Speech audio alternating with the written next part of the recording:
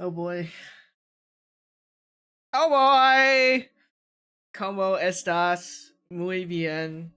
Um, Yellow. Hi everybody. Welcome in. Today is technically our last Pride panel. I can't believe it. What is the fuck is wrong with my clock? You know, sorry. I've been trying to fix my clock for I need to buy a new clock, and I've just been, no, that's the wrong button. I've been a little cheap ass about it because you guys bought this clock for me and I have a lot of sentimental value with it, but it's fucking broken, and I've been trying to buy the same one again and I can't find it anymore, and it breaks my fucking heart. Oh, but it's so broken. Oh, it's not even fixing itself. Oh, this is fantastic. I can't even. All right. Hello? Do we have to be straight after this? You know what? Pride is year long, baby. Don't you even front about it. You get to be gay every single day. All right? Gay every single day. How'd it break? I don't know. I think one of the LEDs broke and it's just not being responsive anymore. So it's definitely on its last legs now. I gotta give it up. The LED is completely out and it keeps spazzing, and I'm just giving up. It's like a minute behind and it's driving me nuts because I'm super OCD when it comes to my time. Okay, please change. Oh. Yes? Okay. It's still delayed by 30 seconds, but you know what? It's fine. Alright. Anyways, for anyone that is new, my name is Taiga. I'm a kitty bartender, a member of Invicta, and today is our last Pride panel. I think I said that, and then I got distracted. We have our last selection of guests today that were able to make it, and I'm really excited to finish off this month with a bang. We have one more stream tomorrow for Pride. It's not a panel, though. But I do hope you guys are still excited for tomorrow's stream. Other than that, is there anything I'm forgetting? Not really. I asked if they were okay with me starting the stream a little later because I just came back from I went to singing lessons. I know. Oh my god. I paid money to learn how to sing. Singing is hard, chat. Ladies and gentlemen, 20 months, Tenniel Bayard, and 20 months, Takayama Kieran. Thank you. Mwah. Mwah. But yeah, I went to my first vocal lesson today. That was kind of crazy. You know what? The instructor was really nice. It was just really funny because when I walked into the lesson, he was like, whoa. Your voice is so androgynous. This is what people want. This is what people pay me to get. This is people literally come to these lessons because they want your voice. And I was like, sir, don't be... That's quite big. Impressive. Wow. Thank you. But yeah, so it was good. He said that I was basically 95% of the way there. I just have I have really bad anxiety when it comes to singing, and I have a really huge mental blockage. I have a really big mental blockage when it comes to singing, so I just need to get more comfortable. So hopefully the singing lessons will work. I can confidently sing in the shower, but singing for people is so hard. Oh my god.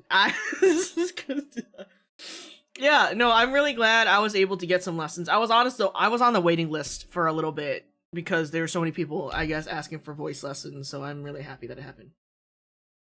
What kind of vocal training are you talking about? Singing lessons. Yes, I signed up for singing lessons. He's just singing is just elevated talking, and you're already really good at doing that from just hearing you talk right now, so you should be fine. You just need to get comfortable. So I'm trying. I'm really glad I took the lesson. And yeah, that was how my day was. I was so nervous. I went to a cafe, got my usual cafe food. I was trying to read my new book, but people kept asking to sit at my table, and then they kept talking to me, and I was like, damn. I don't want to talk. I do that every day. Let me read my book. Bro got called a yapper in the nicest way. Yeah, he was really nice. He was just like, yeah, honestly, you just need to learn the techniques and you'll be good. So I guess that makes me feel really good. I've been really nervous about this for a very long time now, because you know how you sorry for making you talk. You know how people will always, like, I don't know, people compliment my voice all the time. I really appreciate it. I really do. But it's you know, you have your like you have fuck you have an aversion to your own voice. You know what I mean? So I have a strong aversion to my voice. So okay, I'm listening, Cosmic. I'm listening. What you got to say, babes? What you got to say? Let's see. Okay. Aspera finished shitting. Cool. Proud of you. Proud of you, Aspera. What are they doing in the live chat? Aw, thank you, Kachi. Wig?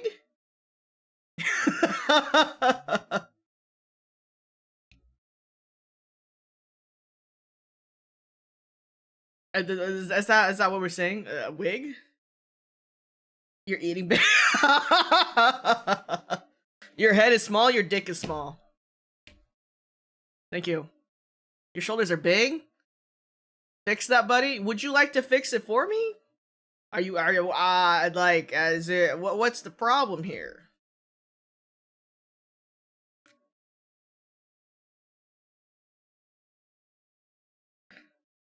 Your proportions are Uggs. It's okay. At least my proportions are bigger than yours could ever be. But you know what? Nice try. I really appreciate it, dog. Thank you for reminding me that my dick is ginormous.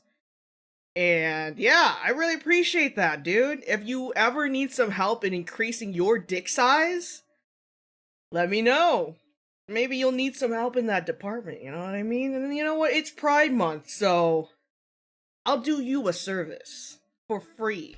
Not even for 100 gift subs. I'll tell you how to grow your dick size.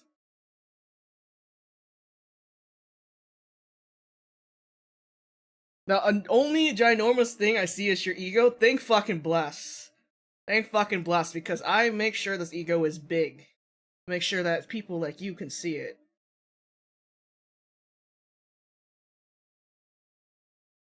Is it working? Anyways, you've amused me enough, so goodbye.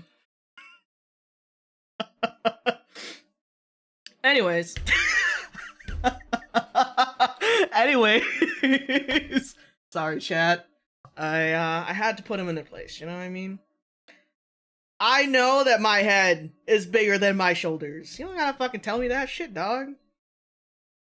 Do I care, though? Not at all. That was wonderful, thank you. I don't know what I came into, but it was funny. Thank you. I'm glad you enjoy. I love trolling trolls. I love trolling trolls.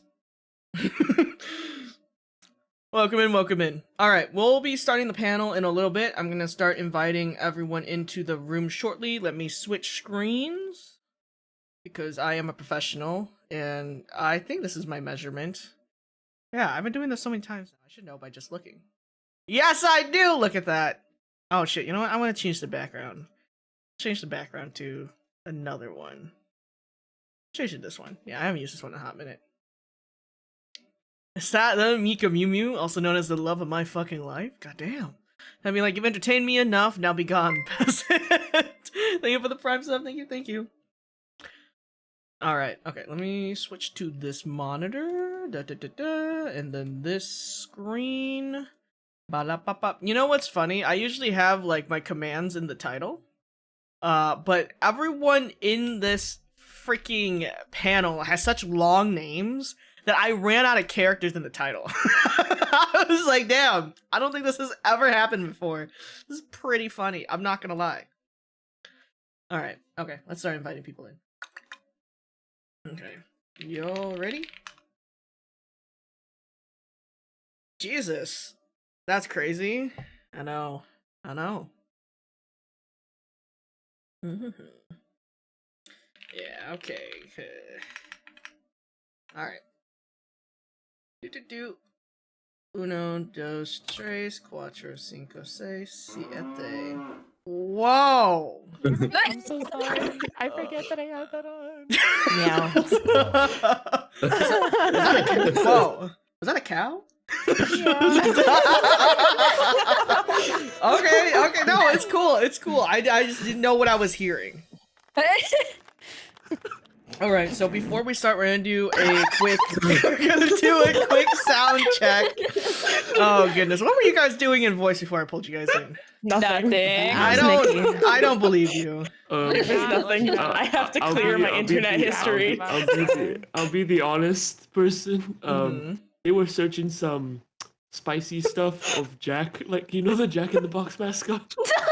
Kieran. Alright, I don't know who he is. I was not a part of this. Okay. Yeah, it's okay. I know that some of you guys have mass kinks. It's fine. I don't judge. Okay. Anyways. Okay, so yeah. Gag. Okay, we're gonna do the sound check now. Okay. All right. So, Aspera, could you talk for me? Hello. All right. I'll How put are you you? at 160. One more time. Hi. All right. Actually, I'll put you at 200. Oh, okay. It's fine. No, don't worry. I'm checking the OBS levels. So. Okay. All right, Hina.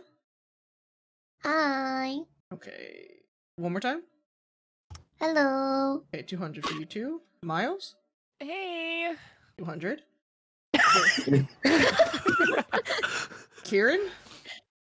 Yellow. Already at 200. Mika. Wow. Okay, Mika is now at 0%, Crazy work. but also 200. All right, Nikki.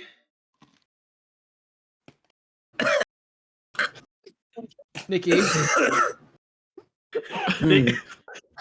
Nikki. Yeah, what's up? Are you done coughing all over the mic? Oh, are we doing the voice check now? Yeah. Oh, okay. Be who you are for your pride. Okay, so Nikki's gonna be at 0%. Oh my god, I'm shedding a high. tear. Oh, Okay. it's so beautiful. All right, Tenny. Yes. One more time. Hello. I'm trying not to die. Okay, 200%. All right, so everyone's basically at 200% except Nikki and Mika. Perfect. Yeah. That's crazy. All right. So before we start, thank you so much for taking time out of your schedules to be a part of the VTuber LGBTQIA plus alphabet soup pride panel. Okay. I very much appreciate it. We're gonna do a quick icebreakers to introduce everyone to each other and to chat. So I'll go first as an example, and then we'll go from right to left. We'll go from right to left. Oh no. Alright, so the icebreaker is your name, your pronouns, your identities, gay, bi, pan, trans, NB, everything under the sun, what type of streamer are you, and then a useless fact or talent of yourself. It can be something random. So, for example, my name is Tyga, I'm a kitty bartender, a member of Invicta, my pronouns are he, him, cat, I am Arrow Ace, I am a yapping streamer, I yap a lot, that's mostly all I do. If you look at all my VODs, all I do is talk, and probably brain rot on TikTok. Useless fact or talent, what did I say yesterday? I think I said that I used to be a dominant. Well, I guess I am a professor now. I am a teacher. So, because I have a doctorate, so technically people like to refer to me Slay. as doctor, even though I prefer them to just say my name, but it is what it is. But yeah, so that is my useless fact. Yeah, yep. I technically have a doctor. I'm not a doctor that can save lives, but I can save your computer. Oh, Chama. Dr. Chama. Dr. Dr. Chama. Chama. That's I think skill, my that's a good prostate skill. needs to be checked. All Dr. right, Chama. Nikki. Okay, lock away your prostate. We're gonna start introducing each other, okay? All right, so we'll start with Tenniel. Oh, great. I get to go first. Yippee. Hi, I'm Tenniel, but most people call me Tenny. I use they, they pronouns. I am non binary. I am also bisexual, demisexual, right? Same, you know. I'm also polyamorous. I am a variety streamer, so I do a lot of different things, but mostly League of Legends. And useless. Ew. Yeah, I know. A useless fact about me is I used to be a contortionist. Oh. Oh. So you just like That's pop your bones cool. out of place? Yeah, well, you took my other one because we did the same. We used to have the same occupation, so I had to pick another one. We did? Yeah, I used to be a dominant, Oh, so I had to pick the next best one. my bad, gamer. It's okay.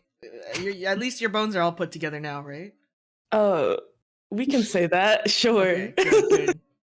Bones sticking Mostly. out kind of gross me out as someone has broken too many bones. Have you ever Yeah, Tenny's spine seen- is pain. Have you ever seen your knee pop out of your leg? I have. I can do that. Yeah. I can do that at will. I can pop my kneecap in and out. Yeah, I did that because I was in an accident, and now I have metal kneecaps, so don't do that. One of these days, you're gonna be able to put it back. Dude is literally a fighting game character. Hit him with the Knee. fucking knees. Ew. Oh, Jesus. Knees. Oh, wait, what? Tiger release in a fighting game when? What the heck? All right, next is Nikki. Hello, everyone. I'm Nikki Valentine. I go by he, him. I'm bisexual. Only recently discovered I'm demisexual. Had that realization about 2 days ago, so that's 2 fun. days ago. Yeah, it's pretty Congratulations. recently. Okay, Yeah. okay. I learned after I blew 3 dudes in the back of the Wendy's that Oh. this life wasn't for me. I have a hard time taking things seriously, but I will be doing my best. I'll be on my best behavior today. Proud of you, Nikki. Thank you, Of thank you. course. A fun fact about me, I have 2 actually. I have Okay. my One. note cards here. I have once eaten 5 Costco hot dogs in one day back to back. And I used to be a financial dominatrix, where I would tell this person that they were stupid and worthless, and the only value in life is if they gave me money. And that's how I funded some of my streamer stuff. Thank you. Based. Wow. Thank you, Findom. Yay, Thank you. thank you. Thank you. Yes. I How could do eat I more. get my foot into that industry? Well, They were Mika put also on the glasses and put the notebook on the table. yeah. I mean, it's actually not as hard as you think. I think now they have websites for it that They you do. can apply to, and then like you have to look Um, for like pay pigs and stuff. I Do you got like mine have the off of Twitter. link? Like I want to avoid it. Opening Google as we speak. I just got mine off Twitter, and True. they were yeah, they were there's a lot of college ones. student, and they had to drop out because they gave me all their money. What? Oh. And I told them not to, but they're like, "It is my life's purpose." I was like, "Okay, Oh. girl." All right, like Oh, respect okay. the grind, I guess. Yeah. Anyways, now I'm a VTuber, so I'm a VTuber. That's usually how it goes, huh? The dominant to VTuber pipeline. Oh Jesus! I All was right. literally gonna say that. Oh my god. Okay, all right, Mika. So I'm Mika. My pronouns are she, her. I'm arrow ace and bisexual. I call myself a variety streamer, but I mainly stream Valorant. I'm not gonna lie, it's kind of a problem. I'm trying my best to get out of Valorant, but I can't. Please send help. Me. And a random useless fact about me is that I taught myself how to play piano completely by ear. I actually don't know any piano notes, but I can play piano. Okay, Perfect I love pitch. that. that's pretty Wow. good. That's pretty good. Yeah. Cool. Alrighty, we got Kieran. Hi, sorry, it's 6 in the morning. I'm fucking dead. But You slept only 3 hours. and no, I fell asleep at 10. Okay, you And then I slept. kept, but then I kept waking up. Okay. But then I kept waking up over So and you over didn't again. sleep. So There was not much sleep. Okay. there was not much sleep. Okay. But anyways, I'm Kieran. I'm non-binary. Go by Daisy. And I'm like somewhat discovering if I'm like pan or not. I'm just like in the middle, just man standing emoji at the moment. Okay. I don't know. We'll see. And I guess a fun fact about myself. Oh wait, no, I forgot the streamer shit. Fuck, I'm too tired for this. I stream a variety of things, mostly art though. I draw man boobs on stream sometimes, and for money, thumbs up emoji. And I guess fun fact about me, I can walk with my feet bent inwards by 90 degrees, completely normal. It's weird. Oh, Duck 90 walk. degrees? Yeah, like I can turn my foot in like 90 degrees and just walk. What is up with you body contortionists? Alright. I don't want to imagine this. I'm sorry for being double jointed, Taiga. Alright, buddy. Put your joints back in your body. No. Alright, anyways. Also, I got a bone to pick with Kieran. Oh, What? When I was making the What did I do? thumbnails, okay, I went into the PNG drop. We'll repost next week because I'm updating my design. Looks away. 6/2/2024. Hey, have you ever heard about university assignments due all in 3 1 weeks. week? I tried. Listen, I'm I could sitting vouch. there and I I'm tried. like, okay, I'm just gonna wait till the last minute. Still nothing. I was like, all right, I see how it is. Unless you wanted like pencil lines, sure, I could have sent that. Tisk. No, I was drowning in like 5 different assignments that were That's all rough, due buddy. at almost the same time My apologies. because my teachers hate me. Yeah. What class is this? What school is this? I don't know, dox myself. No, is it like art classes or like? It's a part of an art like program, but this isn't even technically part of my specifics. My specifics start next year. This year is just like throw Electives? yourself in, do a bunch of random shit. No, it's fucking typography. I have a bone to pick with that shit. Patch, buddy. You'll figure it out. I believe in you. Believe in the me that believes in you. Well, you didn't believe in me about the PNG, so I mean, I you somewhat proved doubt me that. right, so Is it my fault though? Fight. no. Anyways, moving on. The fight will end the second I bald Taiga's PNG, like for All the right. 20th. Oh no. Let it be known that we're blacklisting Kieran after this panel. Called Taiga, my beloved. I still have it. Anyways, go ahead, Miles. Oh, hey guys, my name is Miles. I go by Kawaii Face Miles. I am just like Gia Gunn once said, for those of you who don't know me, I put the T in the LGB.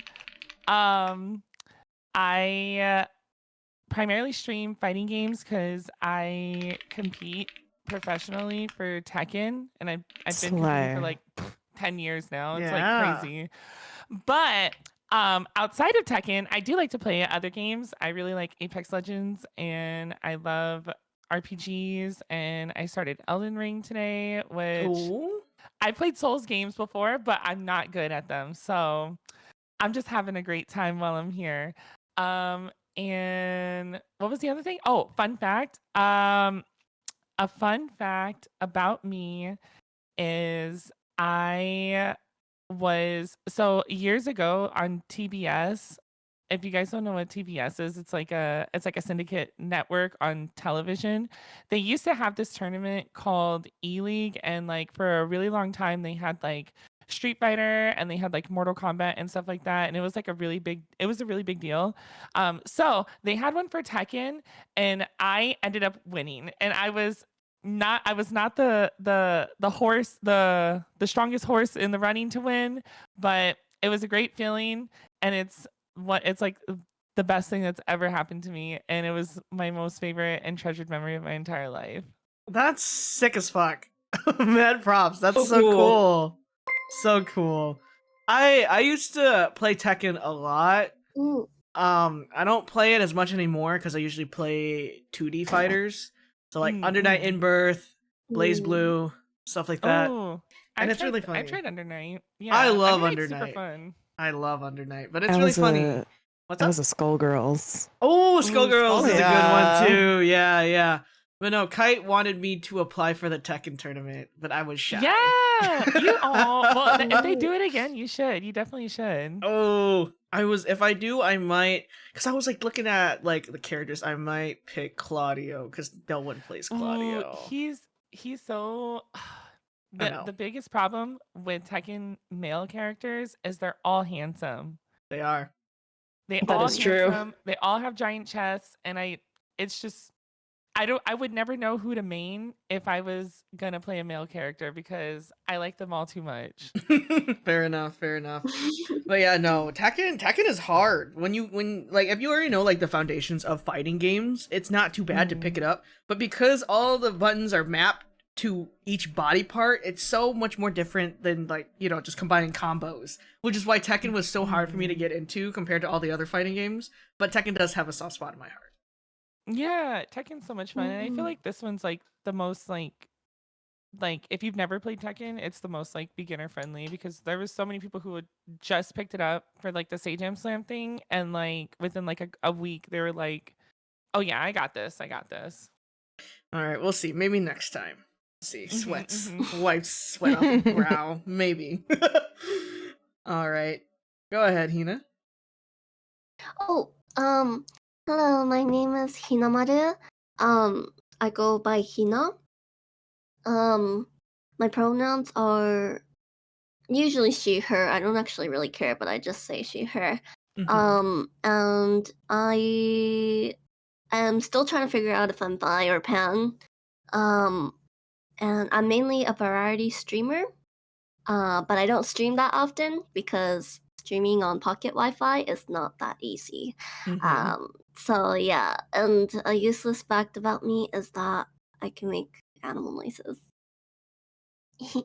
Example? That's it. Thank you. Oh. No, you gotta give me an example now. Yeah. Wait, I gave you an example last time. I know, you gotta do it again. Okay, it's a toad.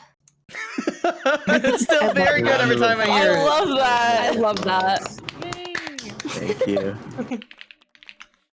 But also, I want to say congratulations also for graduation. Yeah? Oh, thank you. Of course. How Thank did your you. graduation go?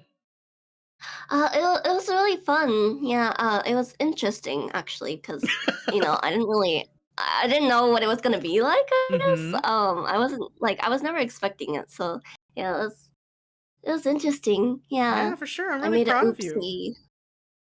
oopsie. I walked into the room and then Mhm. accidentally sat all the way to the corner in which we weren't supposed to. So I had Oh, to no. walk all the way to the back, and so I walked last. Oh, no, not the walk of shame. Mm. That's okay, Yeah, that's okay. but besides that, yeah, it was great. For sure, for sure. I'm really happy that you were able to Thank you graduate. so much. Yeah, and Thank you. yeah, it's really funny. I've noticed this throughout like the 7 panels I've done. I think 7 now. Yeah.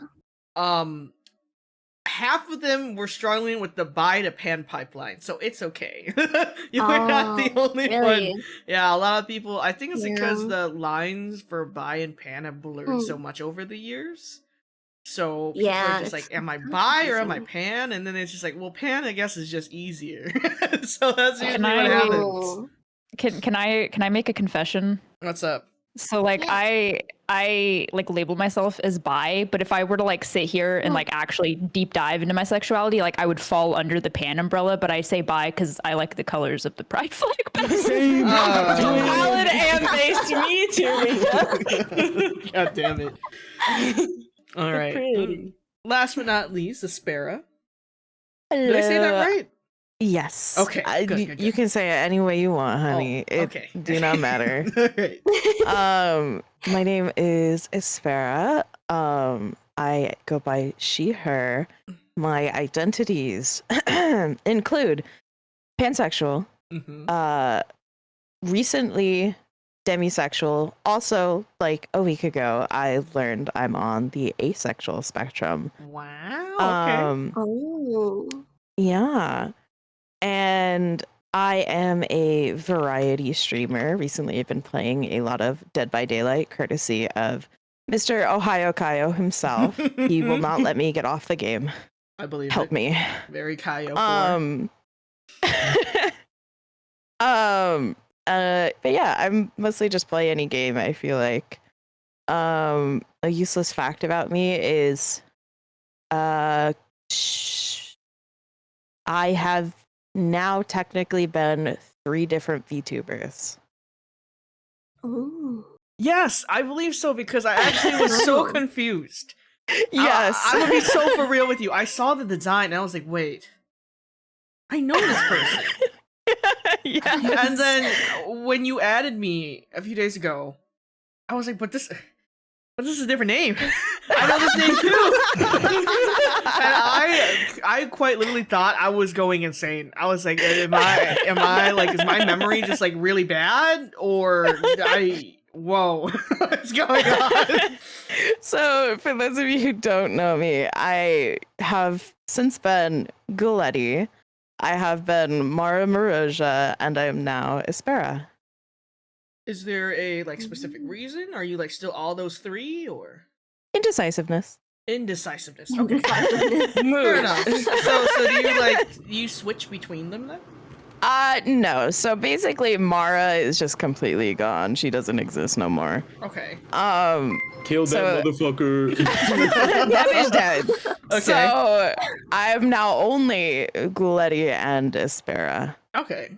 All right. Cool. Yeah. No, I really thought I was going crazy. I saw the design. I was like, yo, I've seen this before. And then I saw the name, and like, because like when you type out the person's name, it doesn't match sometimes to their username. So then I was even more confused. I was like, yo, what's going on? Yeah. Okay. All right. Thank you for clearing it up. I really appreciate it because I really thought it was going crazy. I was like, damn. Feel free to call me whatever you know me the best by. So, like, Kaio still calls me Letty. Some people still call me Mara. But for the most part, people call me Aspera or SB. Okay. And what were, like, the main differences with all designs? For this one, I can tell it's a spider. Yes. So, my first design was a kind of like witchy ghost girl. That one blew the fuck up for God knows what reason. But the second one was supposed to be a butterfly, and then I had complications with the model, which then led me to moving on from it, which is now my new spider girl. All right, the more you know. Very cool, very cool. Alrighty, thank you so much for introducing yourselves to chat and me, tactically, to some of the people that I haven't spoken to before, so I really appreciate it. We're gonna go into the other topics at hand that I did with all the other panels. Our next topic at hand is our coming out stories. How did you figure out your identities? This is gonna be really interesting to hear because I heard a lot of you guys just kind of figured out you were under the A spectrum T-minus 2 days ago. So I would love to hear your guys' experiences on that as someone that has been, I guess, I've been ace all my life, and I didn't really know that until like a few years ago because I was a slut, so it didn't really like translate. But That's amazing. But I was a slut for money, so that's a mood. That's right. awesome. So it was kind of just like it was a really big disconnect for me. Like for example, the past panels have you've been showing up to the panels like every single day, basically the past 2 weeks. You already know how I came out, but it was just really weird because I'm not sex repulsed. And when I finally started like dipping my toes into like the A spectrum and the umbrella, it was really hard to talk to other people because they would be like, "What's wrong with you?" Because the usual stereotype for asexual people were that they were sex repulsed. And now luckily people have realized that, you know, it's a bigger spectrum than just being sex repulsed, right? Because I have no issue with sex, but I don't have a need for it, a want for it. I don't have any pull or feelings towards it, but I will do it to please my partner, right? Yes. So it was really tough trying to figure that out about myself because I had a lot of people be like, "Well, you're not ace, you're just weird." And it's like, well, yes, but I don't think my weirdness stems only from my ace. I've been looking for this for weeks, but I put in the chat a little comic that kind of helped me realize that I was part of the A spectrum. Mm-hmm. Yeah, it's definitely, let's see, teenage me. Ew. I guess I will like it when I'm an adult. I don't know. President. Ew. Oh, you know what? This is yeah. For me personally, I don't think I ever had the ew factor. But for me, it was just like, I don't move on. Like, I don't care. You know? Chop, move forward. Right. So even now, I still don't care. I very much love reading smut though. Like AO3 and 100 tabs, honey. It's right. Gooner over here. Right. So okay, all right, buddy. I love reading it, but I don't want to do it. So yeah, I don't want to hear it, Nikki. I know what you do. What do I do? Looks away. What do I do? Nikki, do we want to just blast our DMs right now? I just don't even know what you're talking about. All right, Nikki. All right, I'm gonna have a stern talking to you after this panel. All right, buddy. Okay, so we're gonna go. I'm gonna start with. We'll start with Aspera because she was last, and then you guys get to pick and choose who goes after, basically. So it's basically Hunger Games. But I don't think anyone's gonna volunteer as tribute. But I love watching people shaking their boots. So we'll start with you. Of course Aspera. you do. Of course, I gotta make it fun for myself, also, right? All right, you can go ahead, Aspera. What was the question? Basically, how you figured out your identity and stuff like that. Oh, so I mean, it's definitely been a long, rocky journey. It's never been a straight line. Haha. But I got the joke. did you, Nikki? Oh my god! Finally, you're learning. Can I get a W in chat? Can we get a Poggies in chat? No, but it definitely hasn't been linear. So I definitely started kind of questioning whether I was bisexual. For a longest time, like I only exclusively told myself I have attraction to men because, you know, that's what we're told growing up is you're attracted to the opposite gender and whatnot. And then I kind of I had a rocky relationship with somebody. We ended up breaking up, and then one of our mutual friends who was a raging lesbian decided to start hitting me up, and I'm like, I could entertain this. And then it turns out as we started dating, and I dated a woman for a year, I kind of learned that, wow, this really isn't that different. And I am liking the feelings, I have the attraction and whatnot. So that's about when I started identifying as bisexual / pansexual, because realistically, I didn't know the difference. And then later on, I kind of came to realize like the demisexual part. And recently I realized the asexual part because I kind of realized it was always when someone would ask me why I would shut off or skip past sex scenes and stuff like that, or anything having to do with that kind of stuff in shows, movies, TV, and stuff like that. And that kind of made me realize I was like, well, it just makes me uncomfortable. I don't want to see that. And then I realized, oh, I don't really even like it that much. Okay. You know what? I'm really not fucking with this. Really No, am not. literally. I ain't vibing. The vibe is not here. No, I mean, so I definitely like I'm still sexually active, specifically with myself and my right hand.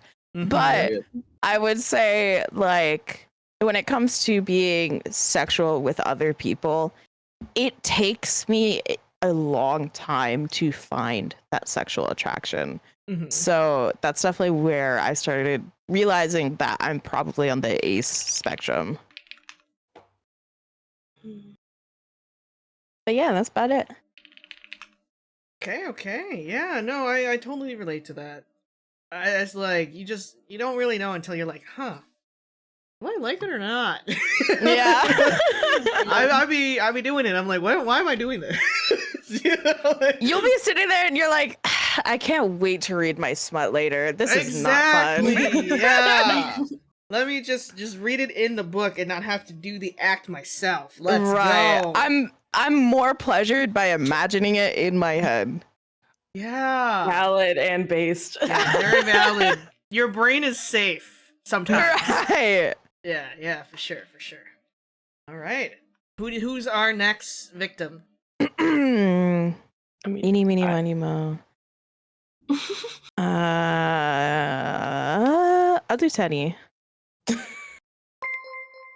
wait, me. Well, Yes. you are the only Teddy. Gee, who else is called Penny here? Looks around. I'm still waking up. Give me a second.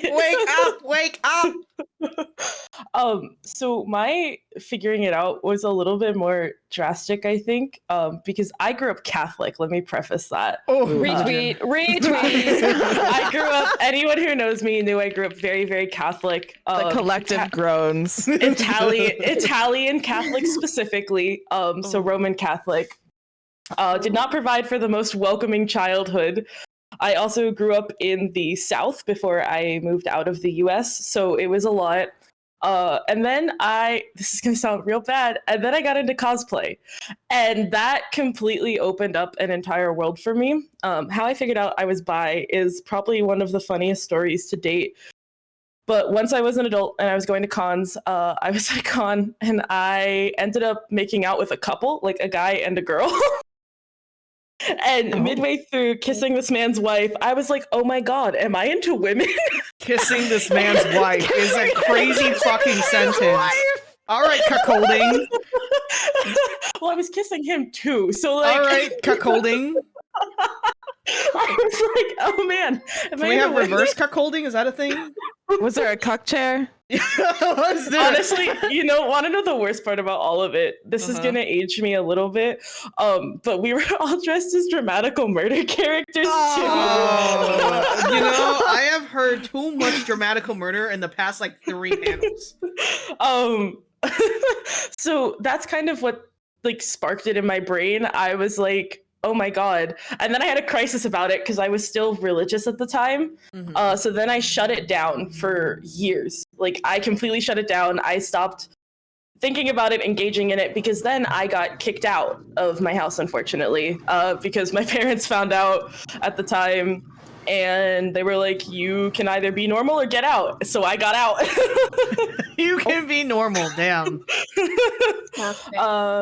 And then I started with my current partner, like we got together, and through that relationship, I have figured out a lot more about myself, like the fact that I'm non-binary, and like that it's okay to like who I like. I only really use labels exclusively for the fact of other people, because it's really hard for me to define how I feel. Can I say something about that though? Because that has literally been my exact problem recently, which has gotten me to say I'm queer and leave it at that. That's exactly what I say, is just I'm queer, because it's so hard to define what I feel in both like a romantic and a platonic sense. So if no one asks me for a specific label, I will just say that I'm queer, because that's what I am.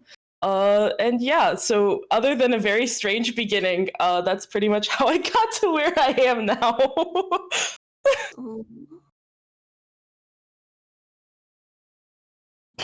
sorry, my bad. My brother just came in. You're good. Hey, I was like, he's silent. single. I was Oh, like, no. a man's wife couldn't be that much of a shocker. You've known me for 2 years. You know what? When I said cuck, well, no, someone said cuck. I said cuck. I Yeah, said the cuck yeah. joke. I was just thinking about like how every hotel room has a cuck chair. Yeah. And I I was had like- to explain that to my chat. Yeah. Because we were looking, looking at a picture. Utilized. Oh. Interesting. No, I had to explain that to my fact. chat one day. It was like we're looking at pictures of the hotel. I go, "Oh, the cuck chair." They're like, "What?"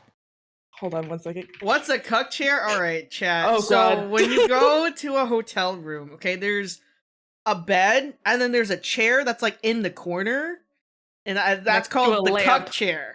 Yeah, next to a lamp and a side table because it's called the cuck chair. So when people do the do on the bed, there's another person watching in the chair. So it's called the cuck chair. Yo. Is that actually what it is? Yes. Yes. Yes. Oh. Yeah. Mhm.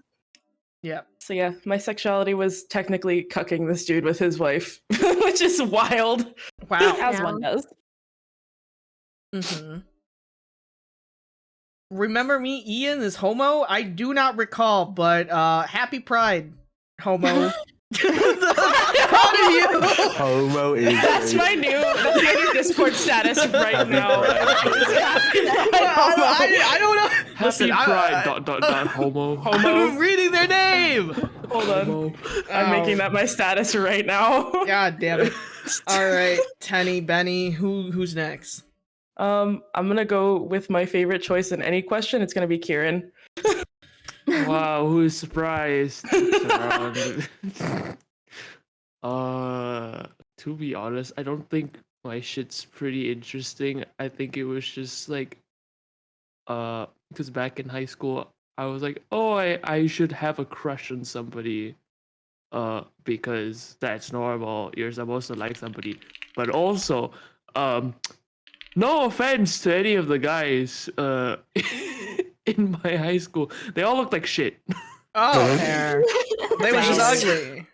Based. Okay, listen, they either look like shit or they were, well, in their eyes, the most smoking hot dude there is. Okay. But their personality was the equivalent of a toilet water.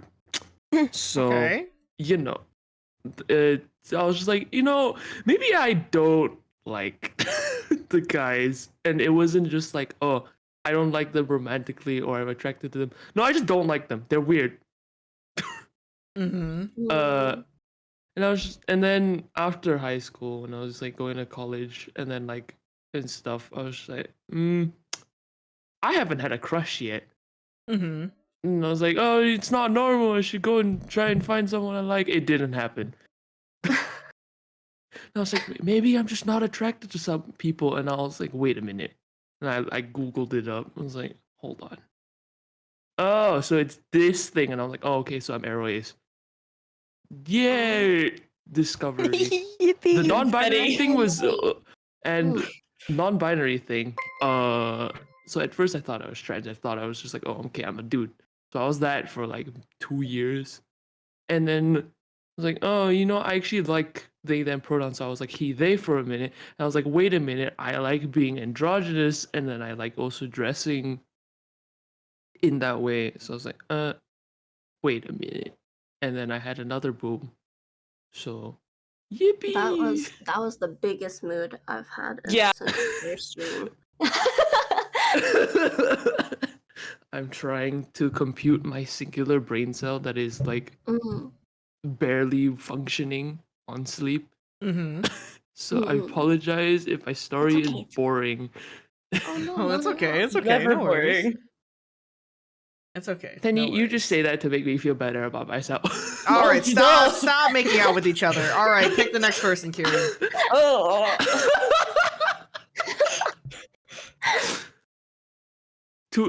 Putting it out there, Tenny as a partner. I'm not interested in Tenny. Please, enough dating allegations. we get enough of Stop that. making this better. Yeah, we Stop get enough making of it that. better. Sorry, you're not gonna beat the allegations. I saw you matching PFPs with Tenny. Are you guys like I don't know, dating? Yeah. And I'm like, I'm gonna kill It's you. bad. It's fine. You just need the next t-shirt. person. The t-shirt to say "I'm not" with them and pointing to each other. Yeah. Who did you pick? Yeah, I need those. I'm gonna pick Miss Mikor, the shitor. Me. Okay, you know Wow. what? I have been so well behaved this stream, and this is how you treat me. This is true. Mika has been pretty well behaved, besides the fact of I have calling you been kitten so well earlier. behaved. I'll excuse your intro, I guess. I guess. So, mine is kind of like a little bit of a roller coaster. I also grew up very, very Catholic. Like Catholic in the sense of like I would get in trouble and my dad would be like, "You're going to Catholic school. I'm getting you out of this." And it was it was ridiculous.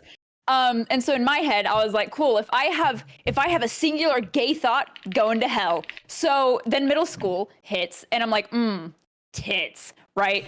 As one does. And I'm like, oh fuck. No, boob, no. Like I'm like, so I had to sit there and I like repressed it because like every straight woman thinks about boobs in their mouth, right? Like that's like a normal thing that everybody does, right?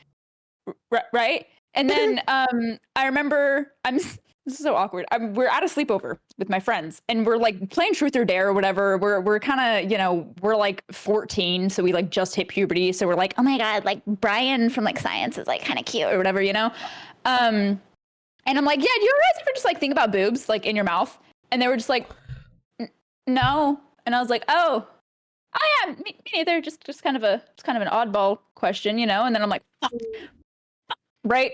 And so I'm like, I'll grow out of it. It's fine. It's the Lord's testing me. Like, I'll grow out of it, bro. The Lord's testing me. And so then for whatever reason in my brain, I was like, you know what? No, instead of being into women, I am trans and I am into men, which I've learned is like, I think it's one of those common things with like queer women specifically, where you either go like straight into it or your brain is like, I'm attracted to women, therefore I must be masculine.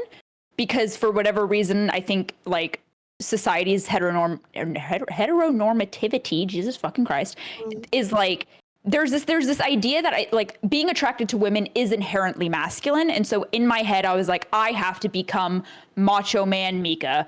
And so I tried that out for a while and then I didn't like that. I was like, okay, cool. I'm a woman.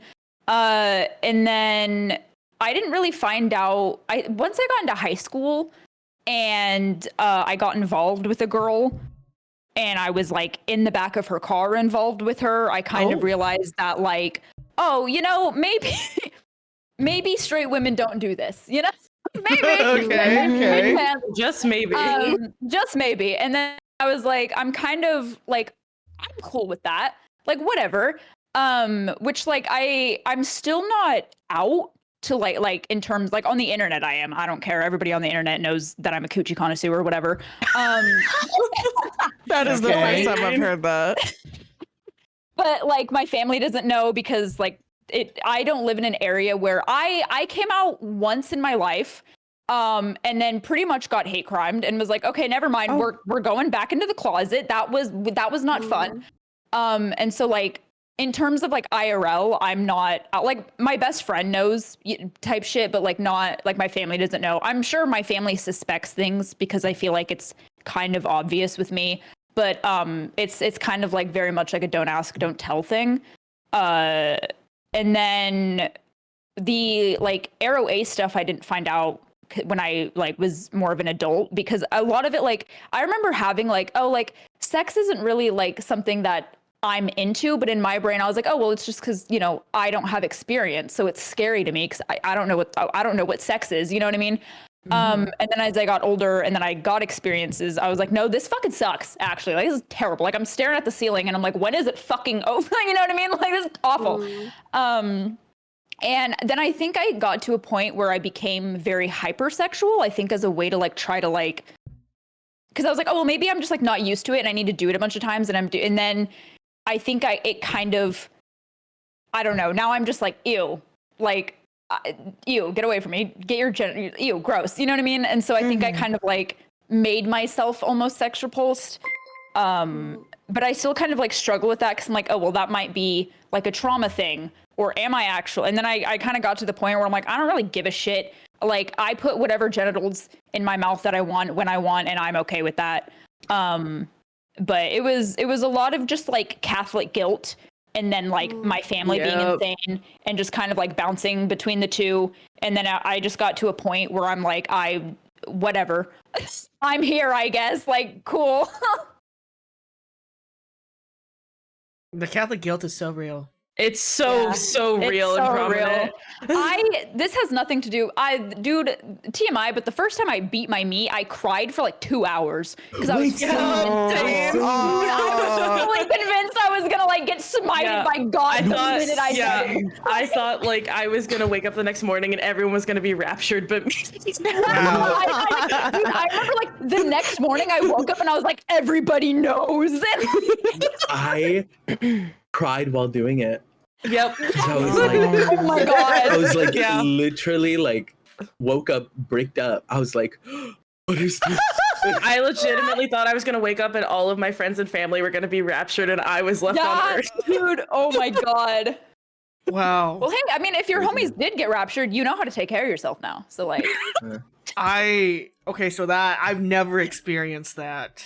Yeah, I didn't either. My family didn't raise me to be like that religious, but I had a kind of similar experience in that I didn't know how to masturbate. Like I had no idea how to take care of it. Because I feel like, at least like from a perspective as a POC immigrant and also Asian, they don't talk about that shit. No, they so, do not. Right, so growing up as like, POC, they're just, you'll never get like the birds and the bees or sex talk. And it was just so funny when I finally like, figured out how to do it myself. And oh my God, this is so crazy. I remember when my mom was asking me to go look for something in her room. Oh no. Yeah, I opened the drawer and I was like, oh my God. Oh, no. I slammed it so hard. And she's like, why are you breaking shit in my room? And I was like, I don't know, ma'am. I didn't expect the fucking 12-inch dildo. No. And she's like, excuse me, why do you know what a dildo is? And I'm just staring at her. It's like, okay, well, how did you think I was birthed? Like, obviously there was something that happened. You pushed me out of your vagina. Like, come on. Let's be real here. Is that how babies are made? Well... That's where you got the size queen gene from. Anyways, it was so That's awkward, wild. when my mom and I sat at the table afterwards, and she just stared at me and I stared at her, and I was like, you didn't think that I was not gonna figure out how sex worked, right? Like, you do know that I was gonna have to figure out one of these days because you didn't want to tell me how it worked. And she's like, well, you don't need it. You don't need it. Do you need your dildo? You don't need it. And she just was like, all right, shut up. And I was like, okay, all right. Hide your shit better than woman. Put it in a lock. I don't know.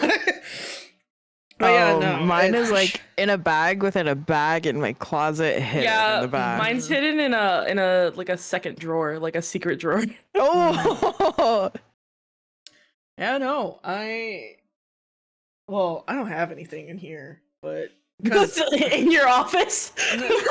well, I have my suitcase. Oh. First to move is gay? Well, I mean, you're probably at the wrong stream. No, that's so funny. I had someone do that to me the other day. Like, first to talk is gay. Brother, do you know what you clicked on? I know, right? Are you know what? You had to move to type that. So are you sure that you're not the gay one? Question mark? Are you homosexual? The call is coming from inside the closet, so Yes. Yeah. pipe down. Always. Yeah, but no, most of the stuff, because I used to work in the sex industry, right? And being a professional dominant, and I also coded vibrators. Oh, that's interesting. Coded? Yeah, That's so a lot of interesting. people don't realize this, and like I think like a good chunk of people think like vibrators are just like they put like the machine in and there's just like already patterns, right? Oh, But- coded, like as in like the mechanical. Yeah, oh, yeah, I the thought- program. Like Yeah, yeah, yeah. coated. Oh, Like no, no, no, no. I was like, what are you Coded. putting on it? No, no, no, no. Coded. Looping them up. No, but I had to code the program where like you could make like your own set of vibrations and stuff like that.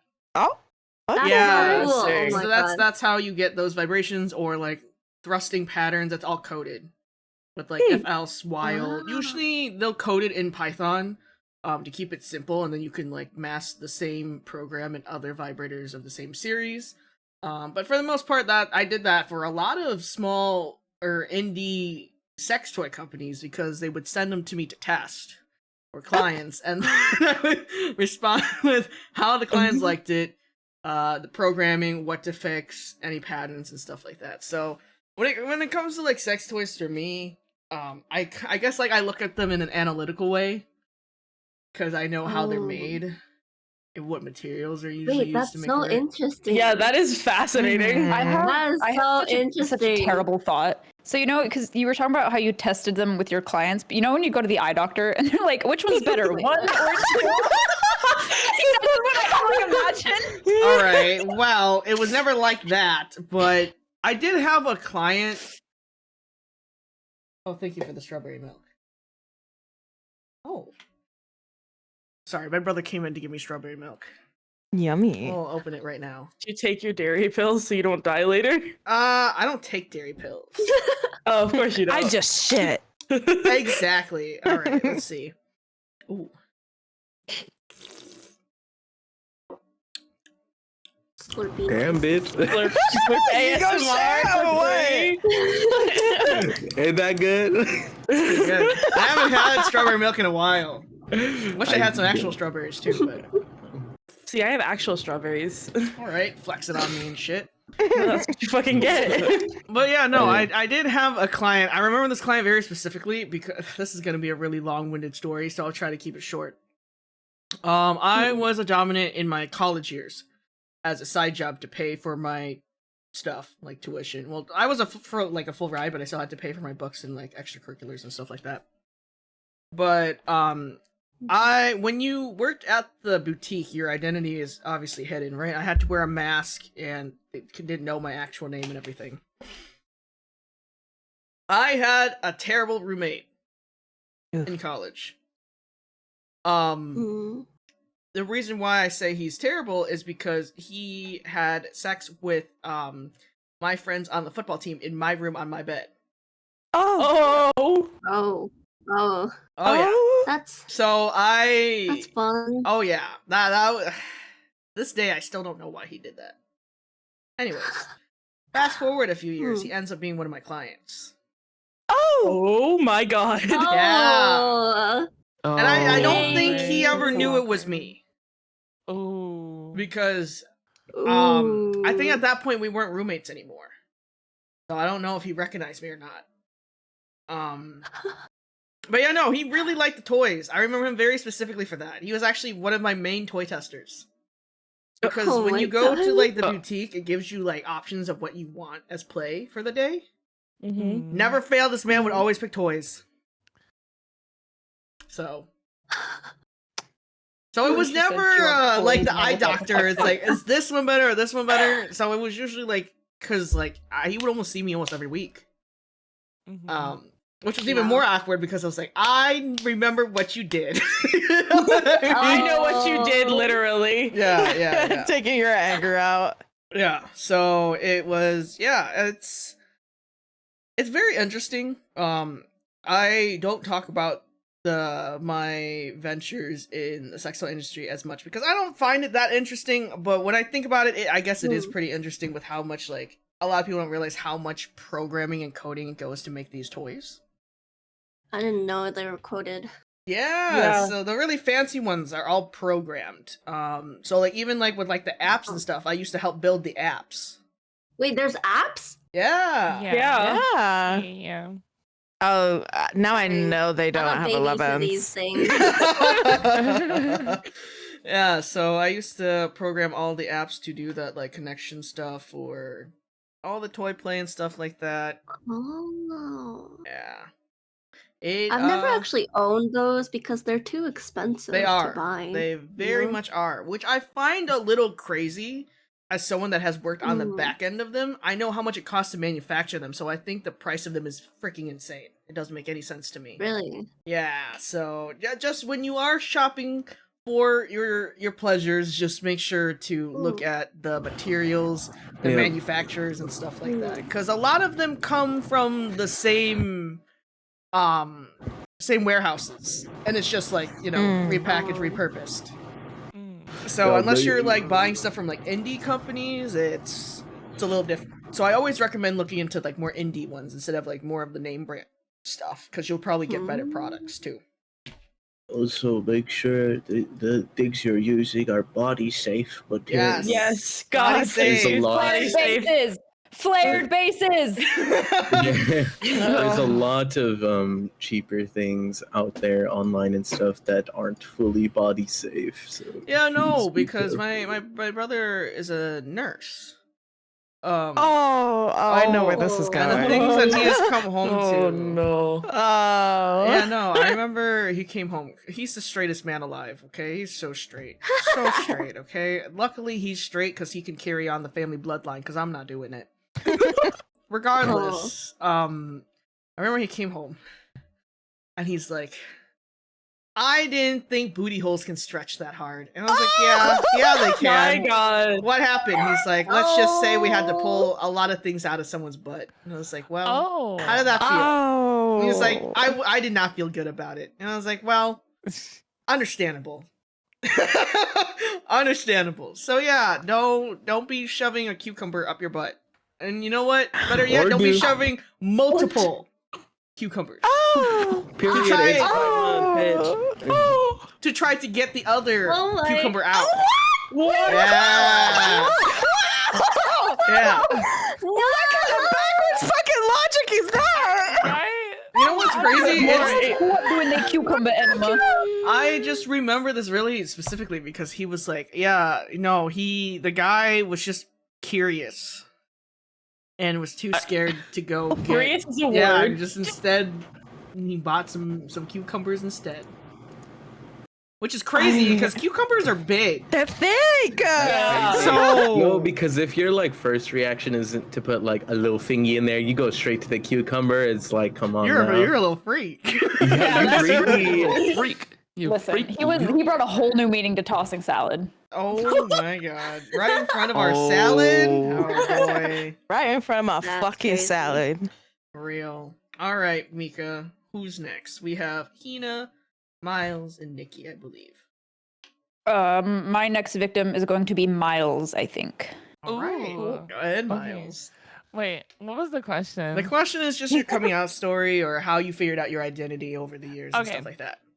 Oh, okay. Well, so like I've always, when I was like growing up, I'd always like I've watched a lot of media and stuff like that, like watch a lot of movies and stuff like that, and I always, every time I like played video games or watched movies or anything, I would always like relate more to the female characters than I did to like the male characters, and I was just always like, okay, that's weird. And then I just kept going on with my life.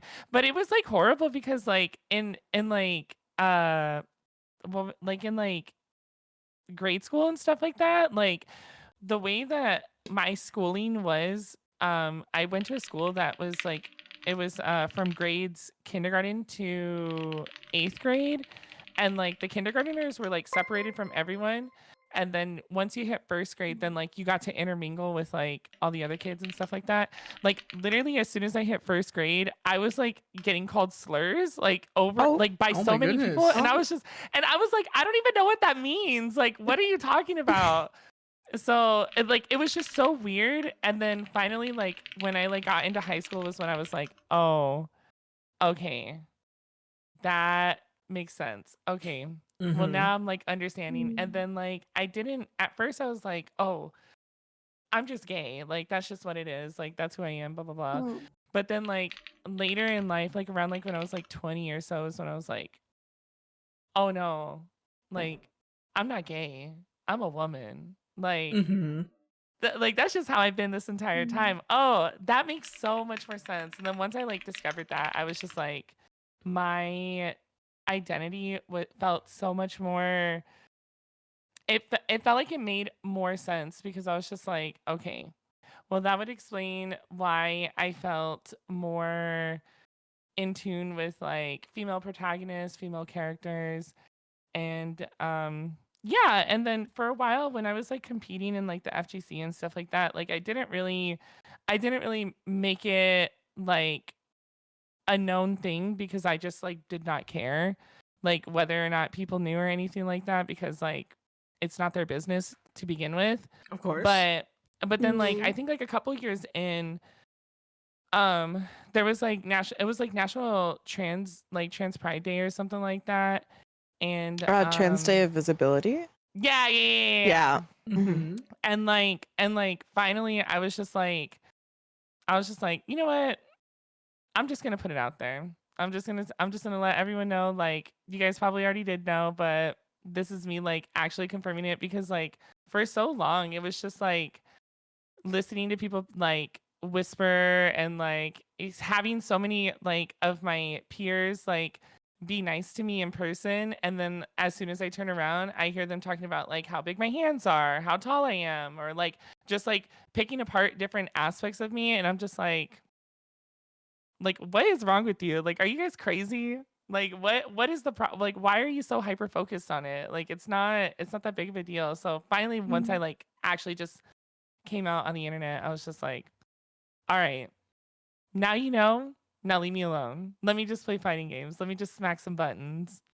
And yeah, I've just been living life ever since then. It's been great. It's been hard because they keep taking away our rights over here in America. We keep getting vilified for no reason, and it's not just trans people, it's just the LGBT in general. It's just I just don't understand what the thought process is, but you know, I'm glad that we do have such like a really good community here in the US where we all support each other and we're all ready to fight for each other. Mm-hmm. So yeah, that's it. No, yeah, for sure. I'm really proud of you that you were able to do that. It's not easy. For sure, yeah. Yeah. You know, I think like the hardest thing about like being trans is like I feel like it's always like explaining to other people like your identity, whether you are being like, you know, male to female, female to male, or just being in the non-binary spectrum and stuff like that. It's always so hard to explain to people because for some reason people feel like they deserve to know everything about you. They feel like they're entitled to understand you, and they just don't leave it as when you tell them like, yes, this is what I am, and then they just never leave it, and then you have to like sit there and try to explain it, and it gets kind of crazy sometimes. But you know, I feel like nowadays there's a lot of people who are actively like trying to understand more, and that's good because I haven't run into as many people asking me like weird questions when it comes to being trans as they do now, where they ask me like more genuine questions. Like it is crazy how many people would just say the weirdest things, and it's just like what was the thought process behind that? Yeah, a lot of people don't think before they speak. It's like A lot of people don't would you think in ask general. would you ask a non-trans person this question? Yeah. It's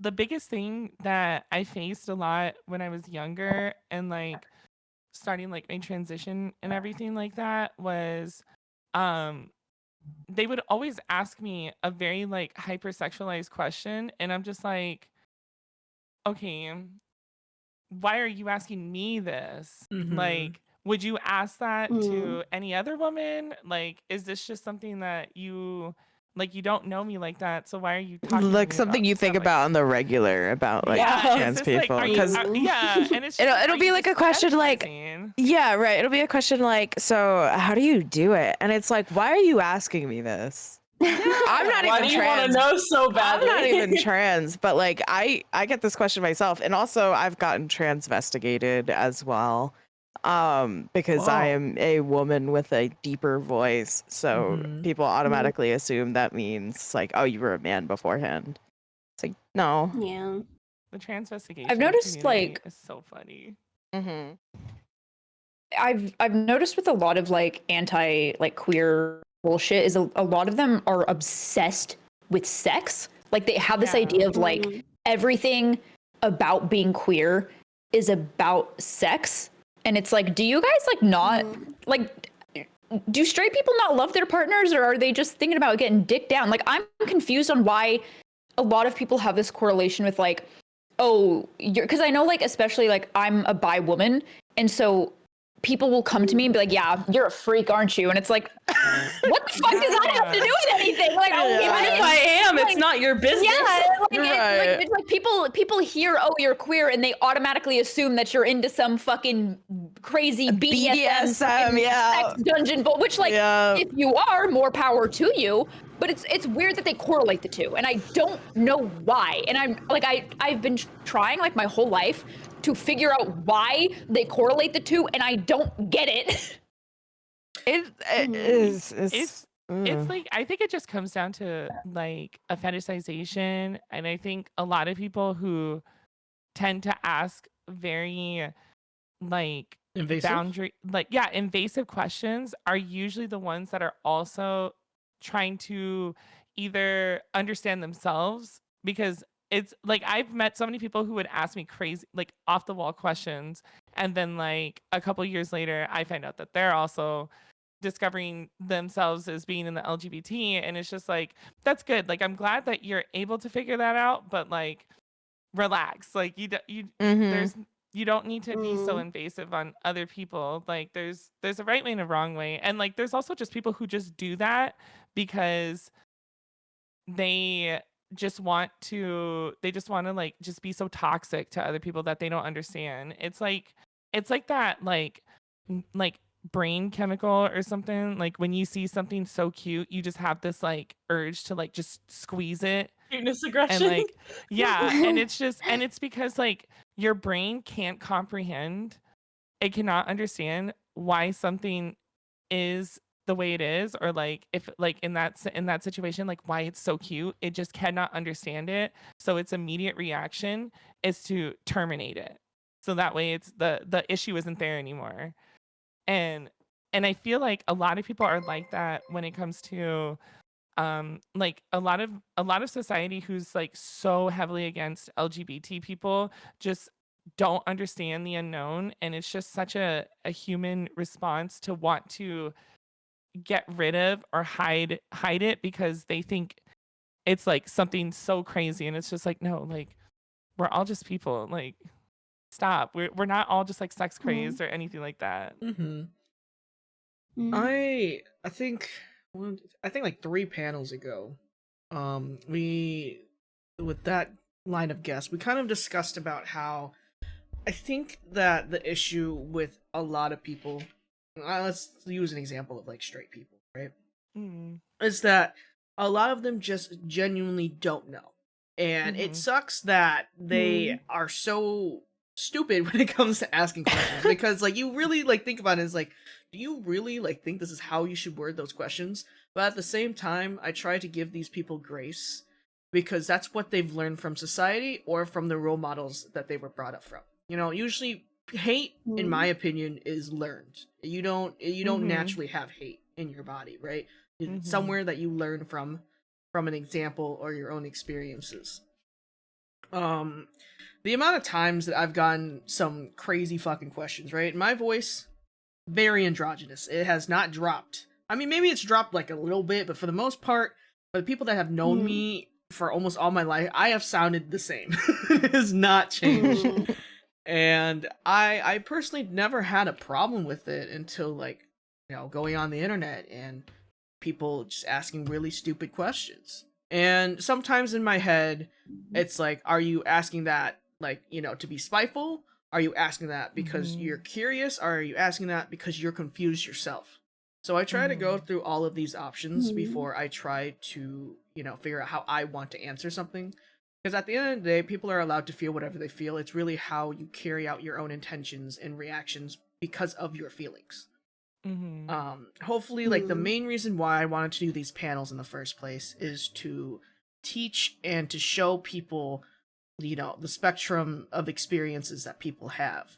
So I'm super thankful for you sharing your perspective on that, because I don't think I've had, hold on, I'm going through my memory. I don't think I've had any, I think one person was trans in one of the panels. I'm pretty sure, but also I don't remember if they were just non-binary and they were kind of on the precipice. So I really appreciate you sharing your perspective, because that's not something that I can talk about because I don't have that type of experience. I hope going forward people would be more open-minded. That would be wonderful. The world would definitely go way more round if we just used our Yeah. brains definitely. before talking. But it kind of just sucks that it's a slow but steady start. Luckily now, like you said earlier, in this time, it's a lot better where people are genuinely asking questions instead of being gross Mhm. and weird about it. Mhm. So thank God, It's as true. much as 2024 has sucked donkey dick, we have been having a better time, like just as queer people in general. Yeah, Yeah. definitely a lot of things have changed, and it's definitely changed um in like the trans experience as well, because when I was younger versus now, like it's like when I was younger, like being trans was something you never told other people, Right. because it could get you Yeah. seriously hurt. Mm-hmm. And even now, yes, we still like trans women do face a lot more violence from the opposite sex, and especially when it comes to romantic partners. But Mhm. luckily now in this day and age, a lot of that has been mitigated, because there's more resources out there for people to understand. There's good representation for people to understand, like, okay, not all trans people are this idea of what we're being force fed, of this like stereotype or characterization of what a trans person is and stuff like that. And I'm very thankful that now in this like time and age, there's so many resources for other people to understand and see that like we aren't what we were being painted for years. Like Mm-hmm. we're actually people. Mm. Mhm. For sure. Yeah. At the end of the day, we're all human. Yeah. Mm-hmm. Yeah. Alrighty, Miles. Thank you so much. All right. So Of our last course. Thank persons you. is Hina and Nikki. So who's our next victim? Mm, I'll pick Hina. Alrighty, Hina. Oh, um, honestly, mine's kind of long and all over the place, as well as, I guess, unusual. Mm-hmm. Because it's very different from everyone's. Ever since I was like little, I guess. Well, I mean, being Asian as well. My mom never really talked about sex and stuff, so I Yep. was like, and I think I was like third grade when my best friend, I was at a sleepover, and my best friend's like, "Do you know how babies are made?" And I'm like, no. And then she like explained to me what sex is, and I was like, does it have to be a boy and a girl? Like, does it like why can't it be with a girl and a girl? Like, and she's like, no, that's not how sex works, because you need to have a guy and a girl to have a child. Mm-hmm. And I guess it was from then that I didn't really understand it, because like, why can a guy and a girl have a kid, but not a girl and a girl or a guy and a guy have a kid? Mm-hmm. Mm. And this is like when I was like, I don't know, third grade, so like 8, 9-ish. I didn't understand. And then when I was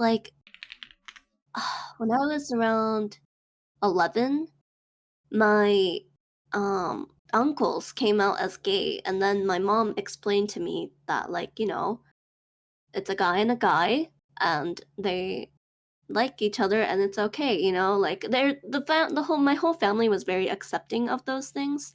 And so it was kind of like, oh, okay, so then it's normal, you know? Um and then from then on I got more interested in animes and stuff.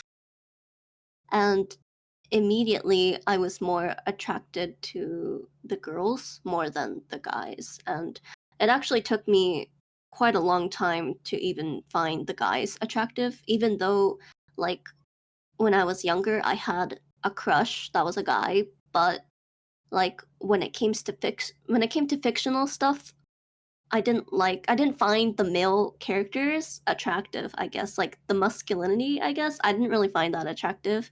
It was more cute for girl and like it was more like boobs were more attractive, you know? Boobs. And I guess Titties. yeah, I Everyone really loves a like good titty. boobs, dude. I love boobs so much. To the point that I'm like We too love boobs here.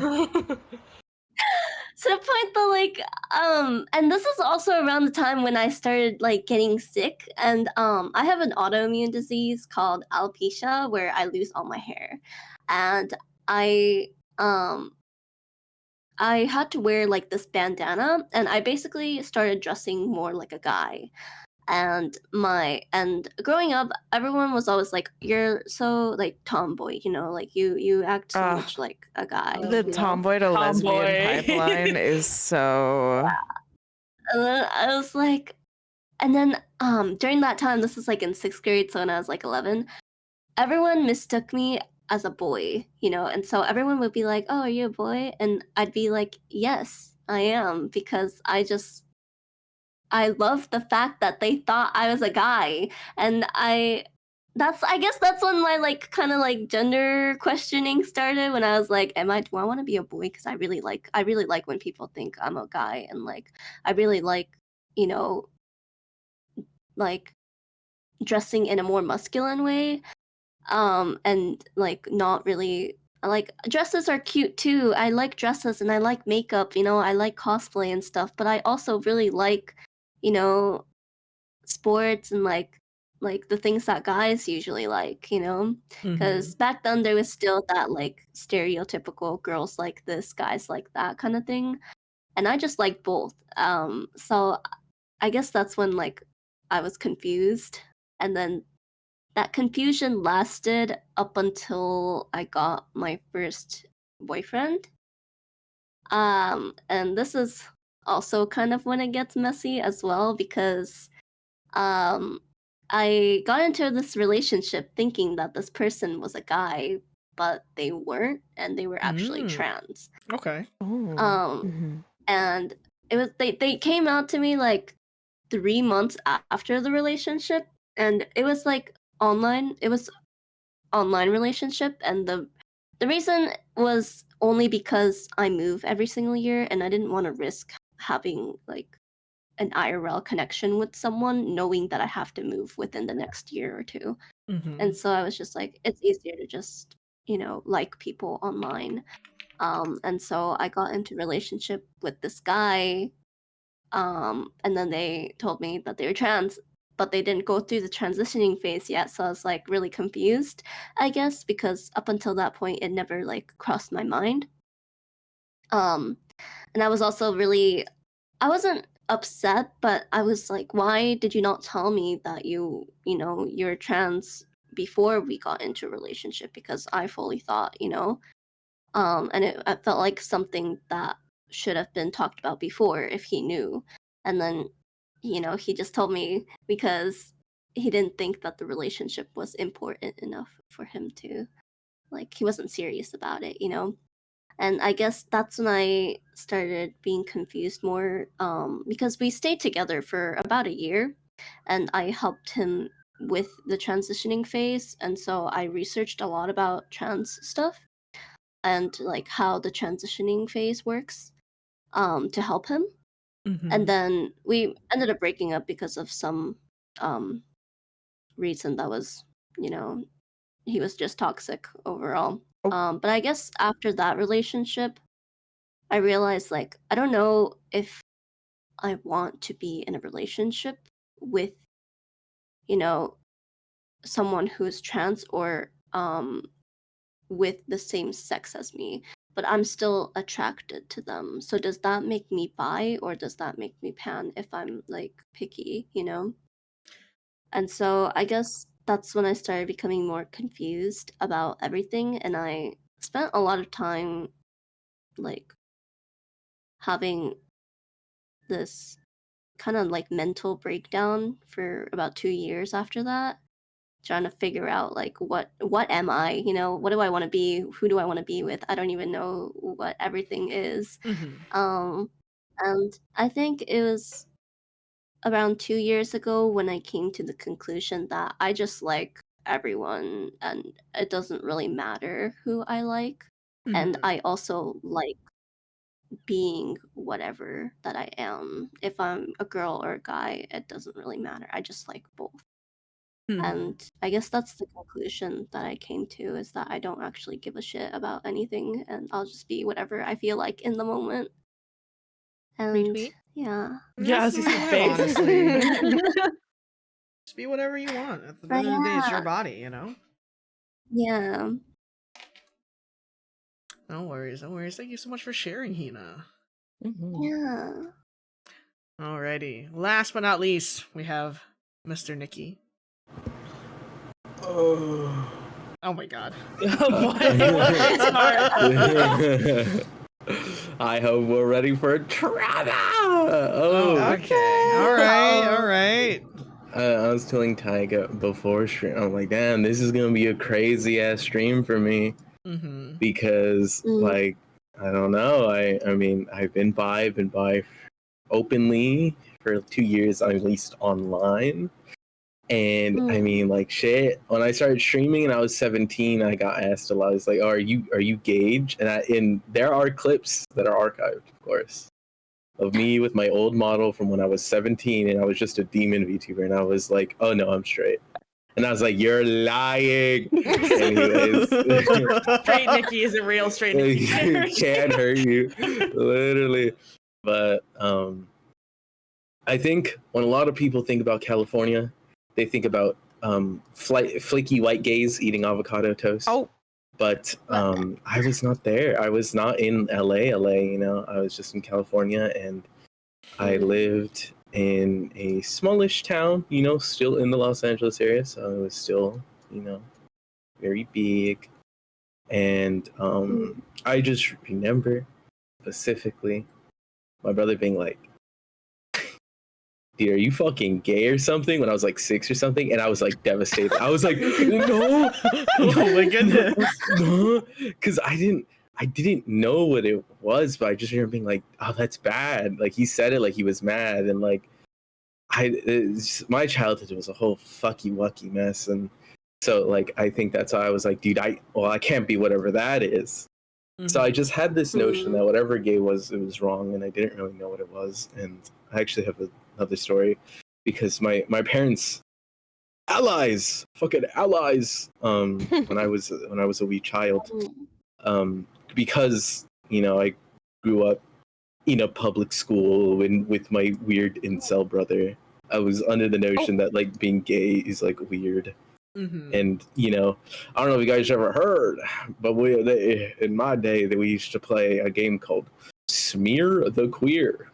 What? Where if you have a ball, that means you're I gay, remember that. Yeah, I remember and we have to kill you. So I was like, damn, I don't know what that is. I've never heard of this. I have not heard of Yes. that I've game never heard of in so long. This was the thing. Yeah. Yeah. I remember that. And I remember I'd get so fucking upset whenever I got the ball. I'm like, guys, no. I'm like, stop. Anyways. Okay. This is such a long-winded story. I'm so sorry. It's about to take up half the stream. Anyways, I remember specifically I was in the car with my mom, and then she had a friend who was a trans woman. And I remember being a kid and being like, what? I'm like, what? Because, you know, kids are dumb. And I remember being like, what are you? Because I'm like an idiot and a kid, right? Like 5. And they responded to me in Spanish. Estoy borracho y borrachita. which just means I'm a drunk and a drunk That's woman. crazy. And they were an alcoholic. Period. Shout out to them. Making like, that my Tinder bio. Yeah, I was like, too late out. And then I remember going after we dropped them off to wherever. I remember going to my dad and being furious. I was like, dude, I'm like, Mom let a gay in the car. Literally what I said. Mom let a gay in the car. And my dad literally sat me down. He goes, like, Nikki, like, was he mean to you? Or were they mean to you? And I was like, No. And they were like, okay. Were they nice to you? I was like, yeah. And they're like, okay, so why are you mad? And then they said that, and I'm like 5 or whatever. I'm like, no way. I'm like, Impossible. Yeah. And I think from that point on, I was just kind of like, oh, okay. Gay people are cool. I'm like, swag. But, growing up still, I had that lingering fear. Grew up religious. That I was like, oh, well, I can't be gay. Like, it's okay if other people are gay. I can't be gay. I just can't be. And, I was a very effeminate child growing up and whatnot, and had a lot of friends that were girls, and I always got teased and like, you're gay. And I'm like, no. But, I don't know. And I never really had crushes on people growing up. So I was like, damn, like, and I would kind of force myself to have crushes on girls. I'd be like, yeah, I like them, I guess. Yeah. Oh my God! No, you just unlocked so many memories for me. Where like my mom would ask me, like I'd just be like, "Oh my God!" Specifically, I remember this one guy. I was watching Ghost Adventures, and my mom is looking at me. She goes, and she points out Zach Bagans, and she goes, "Do you think he's cute?" I'm like, not really. Like he's like, all right, I guess. Bro's kind of mid, like. That is crazy. Yeah, but so I had a lot of, growing up, like kids being like, "Oh, so who's your crush, Nikki?" And I'd be like, it's Sam." Like, I don't know, like literally like just lying out of my ass. And then, high school comes around, once again, still doing that thing where I was like, but I knew I did like women because at that time I had matured. Ergo, story of me crying while beating my meat. So I knew I liked women. And then I did end up having a crush on a girl, but once again, pushing it down. Like I just like didn't. No, I'm not. And I remember sophomore year, math standard Common Core 2. Oh Lord. I'm in class, and this kid that's sitting in front of me, he we cannot be more different. I cannot see myself ever being with him. He was very hype beast, war of everything, V-Lone, all that shit. And I specifically remember being like, I want to like be friends with him, but I'm like, but I don't like we have nothing in common. Like, if anything, he kind of annoys me. But like, when he smiles, I'm like, oh, like I don't know. And then I remember one time, I don't know why I did this, but I was like, can I wear your glasses? And he was like, sure. And I put them on because I was just like, maybe it's his glasses I want. Like, he looks really good with his glasses. Maybe I should get those frames. Like, he looks really good.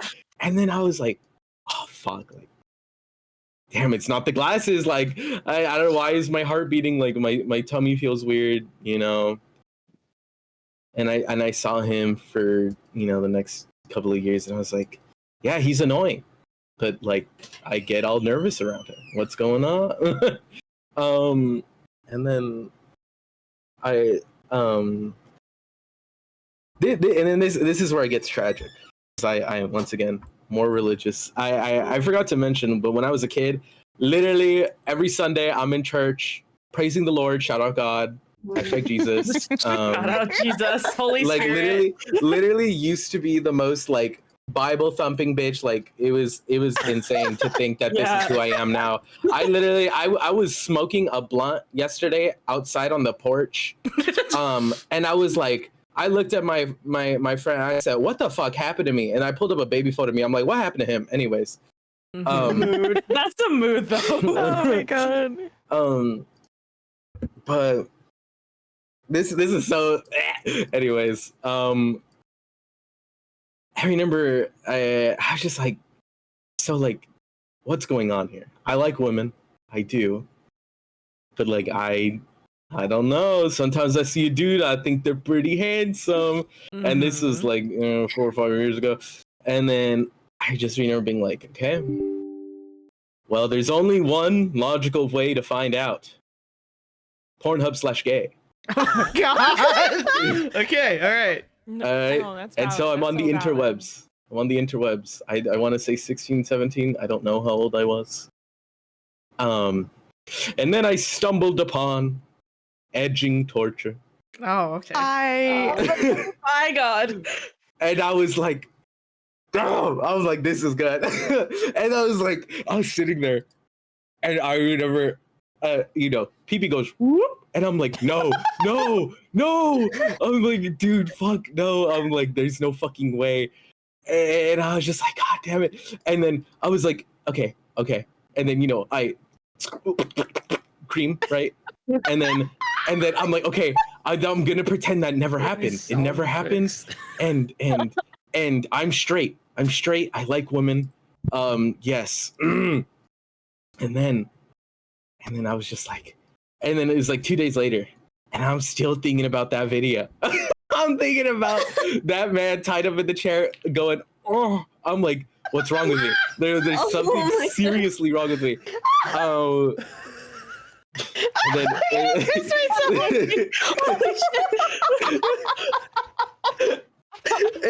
and let me tell y'all something. Around this time, I think Genshin was been out. Oh God. You bitches let me find Arataki Ito porn. It's over. It's a wrap. It's a wrap. And then I had to sit there with it and I had to stomach it. I was like, God fucking damn it. I like men. Like this shit sucks. And for the longest time I really was struggling with it as someone who was extremely religious, and I was just, always told that it's a bad thing, and even coming out, which I did like a year ago or something, to my mom after watching fucking what's it called? Everything Everywhere All at Once. Because the big plot of that is like her daughter is like Gage, right? I was like, oh my god. Yeah. And that movie had me in tears, so I went to my mom. I go, Mama. And then I was like, I like men and women. And keep in mind, my mom, evil bitch. Shout out to her. I got beef with her, but she has her moments. She hugged me and she goes, pues, un mamá sabe. Like she essentially was like, yeah, well, I knew, like the fuck. And she was just like, She had a word for you. It starts with M and in Aricon. Yeah, for real. And she's like, I've been new. But I mean, I will always remember she said, you have a really big heart. I'm not surprised you can like both. And that really stuck. I was like, damn, kind of ate that. And I didn't expect her because my entire life, she was always kind of questioning me, being like, so when are you going to get a girlfriend? When are you going to get a girlfriend? And so I felt that added shit. I was like, damn, like, oh, okay, like, what the fuck? Like, it's expected. And I always thought, like, I'll be Gage, but I just won't tell them because they want me to have a man. Yeah, they want me to have a girlfriend. They want me to bring a girl home. And I knew my mom was an ally, but I was like, not with me. Like, she wouldn't want that because she was in fear. She was in fear. And I think, honestly, was mostly out of my safety because she saw what had happened to her queer friends. And it was rough. But, yeah, Told my mom that. I think my dad just knows. I don't know. I kind of dropped it on him a while ago. I was just like, yeah, I went on a date with a dude. And we held hands. Uh-huh. And he's like, oh, okay, shut up. It's not really a surprise to anyone. I don't know if anybody here experienced it, but did anyone get outed to their parents? Yes. Okay. Unfortunately. Yeah. Me personally, I got okay. This is gonna sound very stupid. I got falsely outed. Oh. Like, okay, so my False childhood, flag. yeah, basically my childhood growing up, me and my father do not speak. I have beef with that man if I catch Fair that man enough. outside. And so I kind of talked about like, oh, you know, my brain was like, I'm into women, I must become man. And so I kind of I like shaved my head and I like wore banties and t-shirts and fucking, you know how dudes do that weird like walk when they sag their pants. I fucking did that shit, you know? Oh, yeah. But I never like outwardly said I was a man. Like I was always like, no, like I'm a lady. I just, you know, dress like I have a fat, massive, juicy schlong.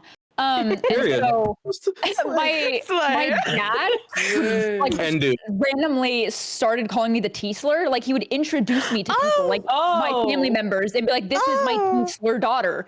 And I was like, first of all, buddy, that's the wrong slur.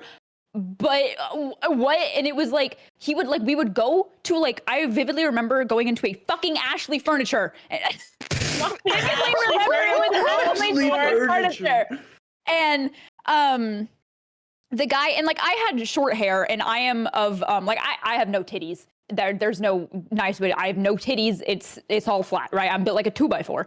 And so I had my shaved head and I come in and he's like, oh, you know, you and your son.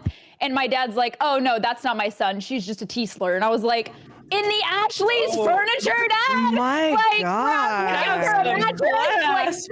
Oh my God. You just can't even get a mattress these days. It's crazy. I can't even get a mattress, bro. No like, mattress, chill. no bed frame, no lamps. God damn, I ate pussy once and my whole bed got taken away. Damn.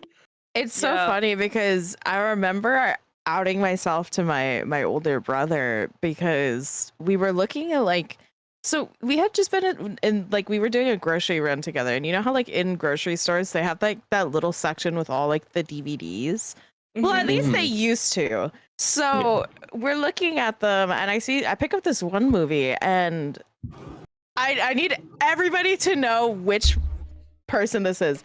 Do you guys know Ruby Rose, the actress, the one Yes. that vividly Oh my looks like a God. lesbian? Yes. Yes. Okay.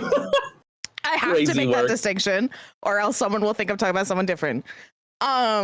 So I remember picking up a movie that had her like on the front or the back or whatever, and I remember like commenting. I was like, "Oh, she's cute. I love her." And my brother looks at me and he goes, Are you gay? Like, are you bi?" And I look at him and I'm like, shit. And I'm like, yeah. He goes, Yeah. he goes, oh, that's cool. I didn't know that. And we went on with our day, right? But the thing is, I don't remember ever telling my mom. I think she had asked me about it one day, and then I told her, like, yeah, I'm into both girls and guys. And she goes, you know, that makes a lot of sense as to why you were a tomboy when you were younger. Oh It's like, my God. okay, all right. But then I found out that even though I did not tell him, someone from my family had ended up telling my dad. And Oh. I found out because my brother had told me his comment of, oh, it's fine as long as she doesn't bring a dyke home. Whoa. Yeah. Nah. So, Okay. yeah. So I basically got outed to my dad. And so, like, even though he still makes, like, snide comments, like, Yeah. well, when you get married and have kids, and I'm like, well, no. Well. Oh, wow. About that one. Yeah. You got like a 50% chance on that. Like, Right. let's talk about it. Well, no, I'm not having kids, period. Nothing is Yeah, coming out of yeah, this shout coochie. out. Nothing's coming out of this cooch. By the way, you said walking down the store, and that unlocked the memory of walking down the underwear store and being like, No, dude, oh my God, gooning and baiting. So I don't know how many people in chat have been inside of a Victoria's Secrets, but you walk in and it's because it's an underwear store, so it's models, and the way that I would go in and like literally stick my hand like over my eyes and avert my gaze because like I was like, I can't see this, and dude, like. I was so wild because I would walk by the Victoria's Secret. I'd be like, "Oh, boobies!" I'm like, No. Like, have you ever like gone up to like the mannequins with like the really like perky tits and just kind of like feel them a little bit? And just start sucking on them. Oh my goodness! Right, Nikki. Oh my God! See, my outing happened before even I knew what I was, but it was back in Catholic school. Because these bitches tell all your shit. And I didn't realize the rule of if you're thinking something, don't tell anybody when you're in Catholic school, because I was really young. Mm-hmm. And it was right before I got diagnosed with my anxiety disorder. So I had a panic attack at school because I thought a girl in my class was cute, right? Like full blown on the floor panic attack, because I also have a seizure disorder. So triggered a seizure. It was a whole thing for me. And I laugh about it now. At the time, it was not funny. So if you hear me laughing, I'm not making it. It's really funny to me now. So they took me to the school counselor. And mine just was like very religious Catholic school, like whack you with a ruler kind of Catholic school. And I broke down, and this woman looked me in the eyes as I was like mid-seizure, panic attack, having a whole moment, and just goes, "Well, is there something you need to tell Jesus?" Oh no! I went, because I thought a girl was cute. And so I'm sitting there in tears, and I just go, I think it's because I think a girl in my class is like cute. And I remember her so vividly asking me, like, cute like, oh, she's another girl, she's cute, or cute like, and she stops. And I sat there in that chair and I was like, I don't know. And she went, what do you mean you don't know? And I went, I can't tell, I've never felt like this. And she goes, oh, okay. And at that point, she left the room and left me in there for about 2 hours. 2 hours? Panic attack and on the floor crying, just begging to go home. And my mom comes to pick me up. They finally called her, and I get in the car, and my mother looks at me. And my mother is older for a mom. She had me very late, or adopted me very late in life. She goes, so you want to tell me what you told the counselor? And I was like, no, I really don't, but thanks for asking. And she was like, you're gonna go home and you're gonna sit in your room and we're never going to speak of this again. Oh my God. We did not until I was an adult, and they kicked me out when the conversation happened. That was the last time we ever talked about it, and I rarely see my mom now. She just isn't part of my life. The few times I do see her, it is like the most heavy weighing elephant in the room that neither of us will talk about. Shout out to that counselor. She ended up working for an anti-abortion clinic. What? And I walk her groceries out to the car when I worked for the grocery store, and I would always drop her eggs extremely hard so they would break. Fuck yeah. No, that's crazy though, because I have counselor beef too. Like, I don't know what it is about counselors, okay? But the biggest snitches, man. Never safe. I remember I said something, I don't even remember what I said, and then they told my mom, and it was very awkward to explain afterwards, and somehow, luckily, because my mom didn't speak very good English, I was able to kind of like sidestep what they said, but it's just like, bro, come on, you know? Yeah. So I, after that, never trusted another counselor that I had until my current therapist, who I love. She's insane. But I think about that a lot, and how I didn't even know what I was. And I had the right to figure that out first and foremost taken away from me because they immediately assigned something to me. And that fucked me up for years to like, because I was like, oh, I have to label myself, which is probably why I dislike labels so much now, because I was forced to put myself in a box for the sake of these fuck ass Catholic people. The way you just open, you know how like when you're in therapy and your therapist says something and you just go, whoa. You just did that to me. You just did that to me. No, Mind because, like, readers. yeah, like I grew up and like people would constantly be like, no, like you're into girls, Mika. And I was like, no, like I'm a good Catholic girl. I would never. And then like yeah, no, literally, dude, I was actually a fucking cheerleader. That whole movie is me, bro. That's right. And so like I was like, oh my god, like no, like I'm like a good Catholic girl. I would never. And then like when I found out that like no, I would, and I would do it really fucking good. But like I didn't want to tell people because I didn't want them to be right, because it pissed me off, because it was true. And I never really knew why. And I thought, I was like, well, maybe because I'm a prideful piece of shit. So I was like, well, maybe it's just like a pride thing. I don't want to like admit that I was wrong. But it like, I think it's one of those things where I never really got to like explore it before I got to explore it, if that makes sense. Now that you've said that, I'm like, oh, okay. Yeah, that's how I've always looked at it. I apologize for the brain blast, though. No, you're good. I'm like, you opened my mind's eye. I'm like staring at my ceiling, like, whoa. Third eye open, yeah. On a note that is like so completely like different and insane, because you were talking about your counselor who was at the grocery store.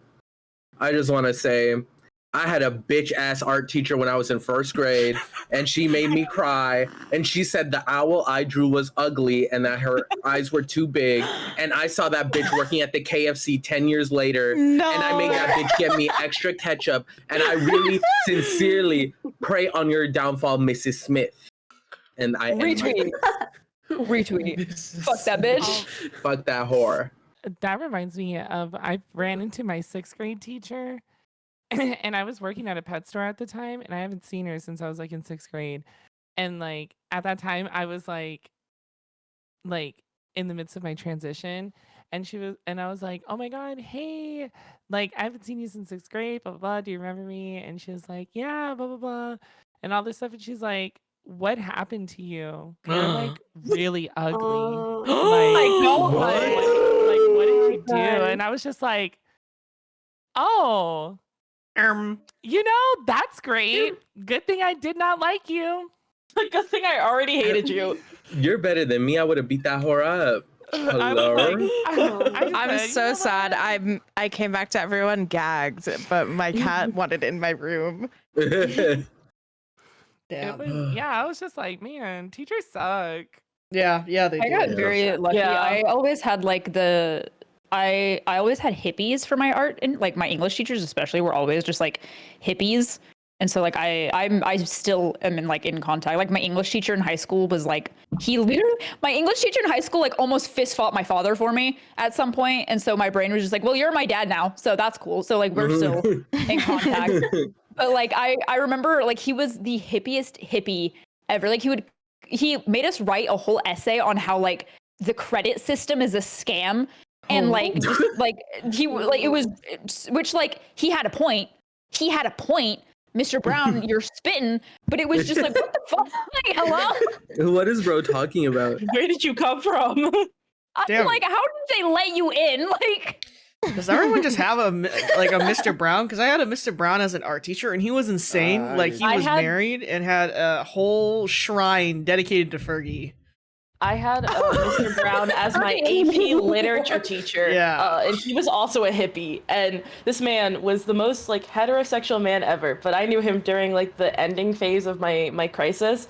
And I just remember so clearly when I was graduating high school, I walked up to him and like thanked him for everything, because at my school you had like a tradition of like giving something to the teacher who helped you the most through high school. So like I was giving him something. I was like, thank you, Mr. Brown. And this man was so like an ally. He was just kind of older, and he just puts his hand on my shoulder and he goes, good luck on your gay journey. I appreciate you for being Thank you for being gay. It's like, thank you so much, Mr. Brown. You for being gay. I hope you enjoy being gay or whatever. People are like super progressive. I don't know why, it's just the funniest thing to me, because like I feel like typically they're not progressive, and so in my head I'm like, every old person wants me dead, and so like whenever an old person's like, oh my god, I love them little homos, I'm like, yeah. Dude, the old gay people that eat the slop from my work, I'm like, oh my god, hey kings, like extra hot sauce for you, like. Oh, that reminds me of when I was working retail, and you know how like in retail you have to like try and sell people a credit card.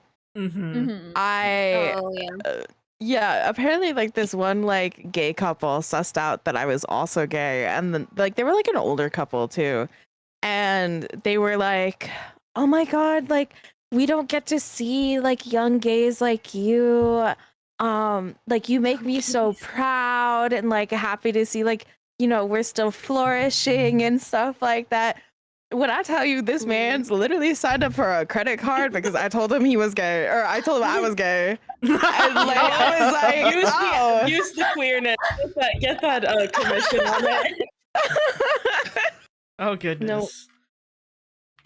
That's so funny. Oh my god, I always feel so bad about those credit card things too, because I know they're just forced to say it, right? Yeah, we are. Yeah, but nobody cares if you like say no. Yeah, I know, because I remember I was at Walgreens and I was just buying some allergy medicine, and the girl, like, I could tell in her eyes she didn't want to say it. No, but she has to say it. It's her job. And I was like, it's okay. I'm not interested. She's like, thank you for saying it before I had so much. Yeah. I was like, I got you. I work in banking, and I think this is really funny because this just happened yesterday. I have a coworker who is a gay man, and he is very clearly like, this man is fruity. I love him to pieces. Yeah, like actually. And we were coworkers are the best. So I'm because I'm a personal accountant. I'm the youngest on my team. The next closest person to my age is almost 10 years my senior. So I catch a lot of flack for not looking like your typical banker, or anything. Like, I have tattoos, my hair is dyed, it's short, like it's interesting. But my coworker sends me a message on Teams yesterday, and he goes, I was just on the phone with someone, and he ended the call unprompted with "Happy Pride," and he goes, I think I got clocked. And I was like, I'm surprised it hasn't happened more. Like, and I just had to laugh because he was like, is it that obvious? And I was like, Nick, honey, like, we are the two not straight people on our team, and he is far more like, I hate to use the word, outwardly than I am. And he's just like, it was really nice though. I don't think I've ever had anyone, because he's in his like 40s, so he's like, I don't think I've ever had anyone tell me like Happy Pride. And I was like, that's really sweet. No, I'm making a point to message him every June, Happy Pride.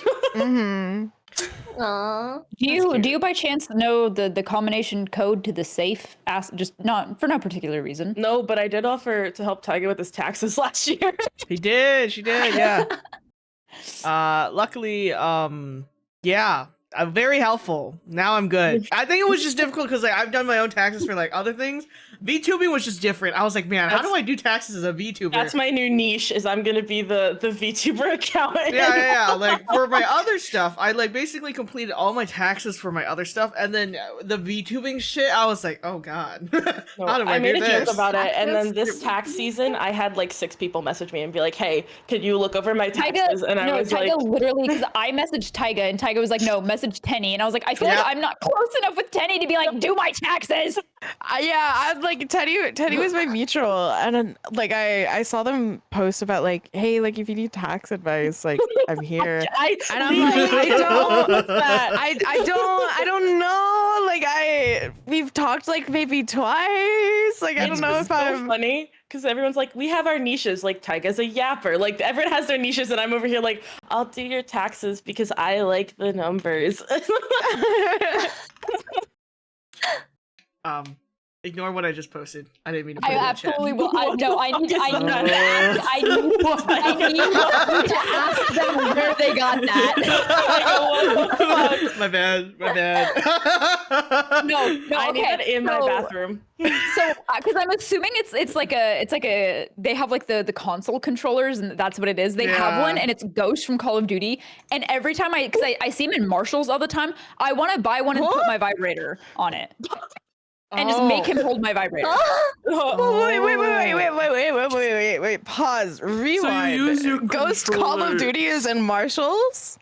Yeah, When they do they have close? they What time does Marshall run, close? run.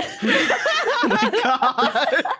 I remember I like Oh sent a my picture of it in my group chat, and I'm like, I'm sticking him in my ass. Like he's never coming out. We Wow. just talked about safe usage of things that are supposed to go in your Oh He body. will be safe in between these We cheeks, already honey. had the Exactly. cucumber I'm- incident that we I'm talked keeping about, and him now you're doing warm in this. the gooch. Mikor.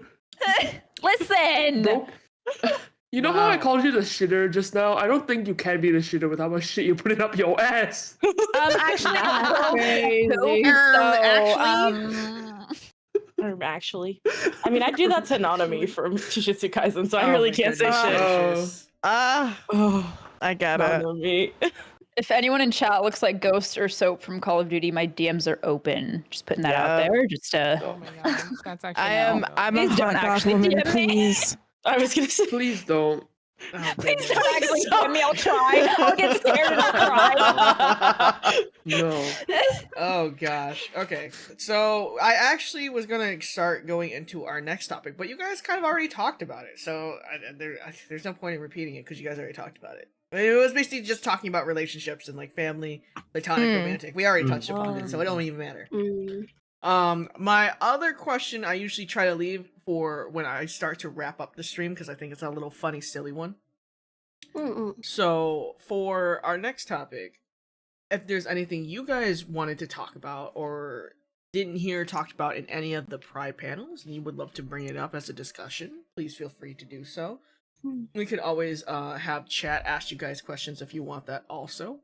I have been talking about Pride for like the past month, so honestly, my brain is short fusing. I don't have any more No more questions. pride left in your brain. I'm kind of just I'm trying to give it to the guests. The guests get to control. I'm just here to be the host. So if you guys have anything specific you wanted to talk about, please let me know and we can definitely discuss. So I know I did want to. Oh, sorry, my bad. You're good. Oh, go ahead. Oh. I was. Are you edging right now? Now I don't know if I want to continue. Oh god. All Straight right. stroking my goon pull. All right, Mika. All right. Guys, I think I'm gonna jork it. Anyways, but that was a terrible lead-in because I'm gonna ask a really serious question. Okay. Oh, Okay. no.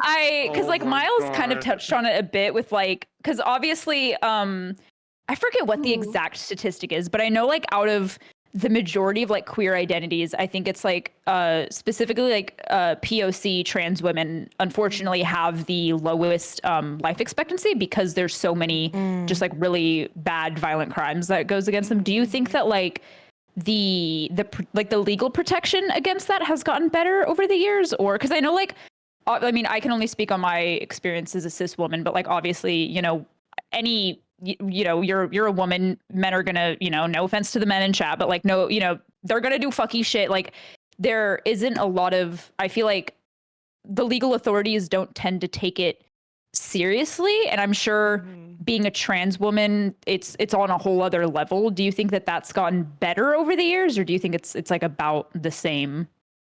I feel like now it's like because for me, I avoid the police as much as possible. So because I just don't have any like sort of trust that they're going to be able to like actually take any serious like issues seriously. And I feel like now like there are a lot of like there's a lot of stuff that has been put in place to like kind of like mitigate the violence, but I feel like now the violence has become, I don't know, because like there was a time I remember when I was first dealing with like whether or not I should come out in like the fighting game community or whatever.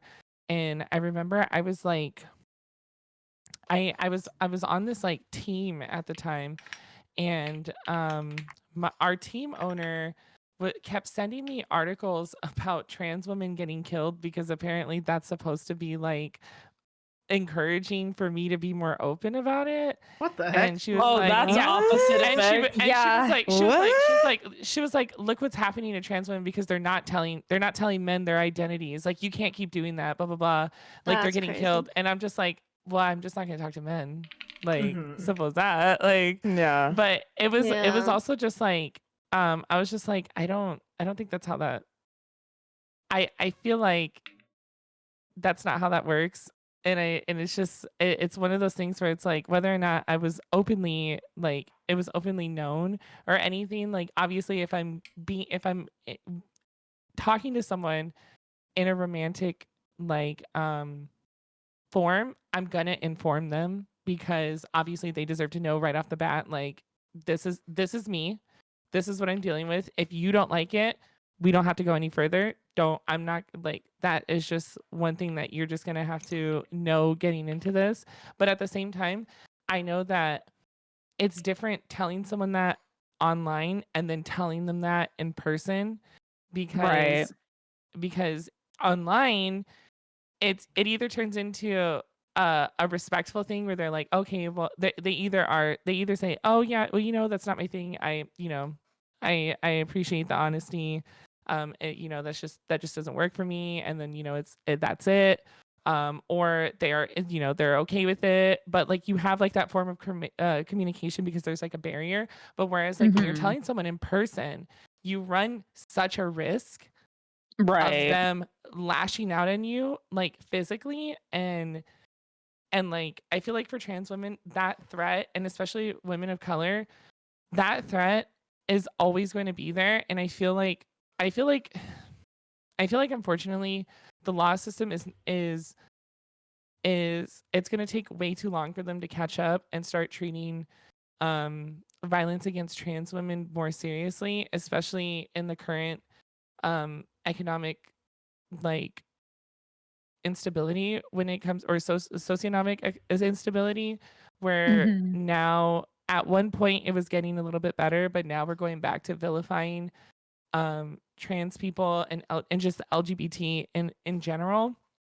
And I feel like it's going to take way too long for them to start being like, oh, we should take this seriously, instead of them being like, instead of how they are now, where they're just kind of like, oh, well, we can look into it, but I mean, it happened, like I just feel like it's kind of like pushed off to the side. The violence it's so scary, and it makes, I'm so lucky to be with someone who understands, and although they don't necessarily get everything that encompasses the LGBT experience and stuff like that, because they're heterosexual, cis heterosexual, they at least have taken a lot of time to listen and to hear what I have to say, what I've been through, and be very empathetic. And I'm so thankful for that, because having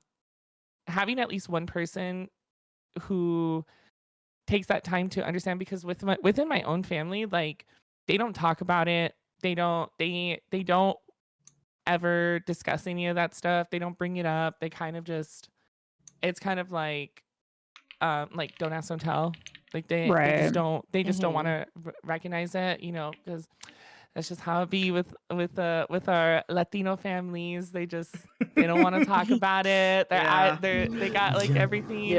And it's just like, it's nice to know that there are a lot of cis straight people who do take that time to understand and be both sympathetic and empathetic, to understand the actual problems that we're facing from their own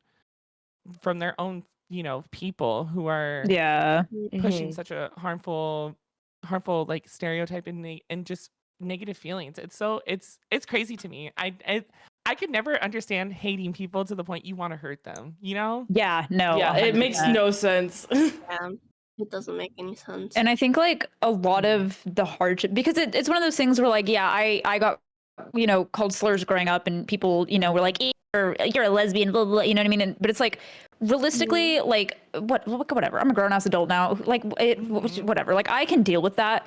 But I think a lot of like my kind of what's the word?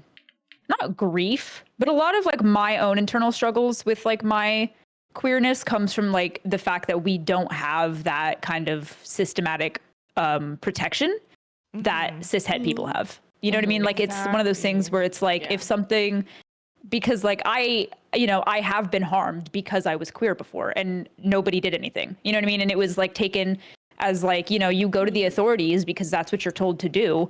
You think that's the right choice, and they either like belittle you because, my situation, it was like, well, what did you do to cause that? And it was like, what the fuck are you talking about? Like what? Like what?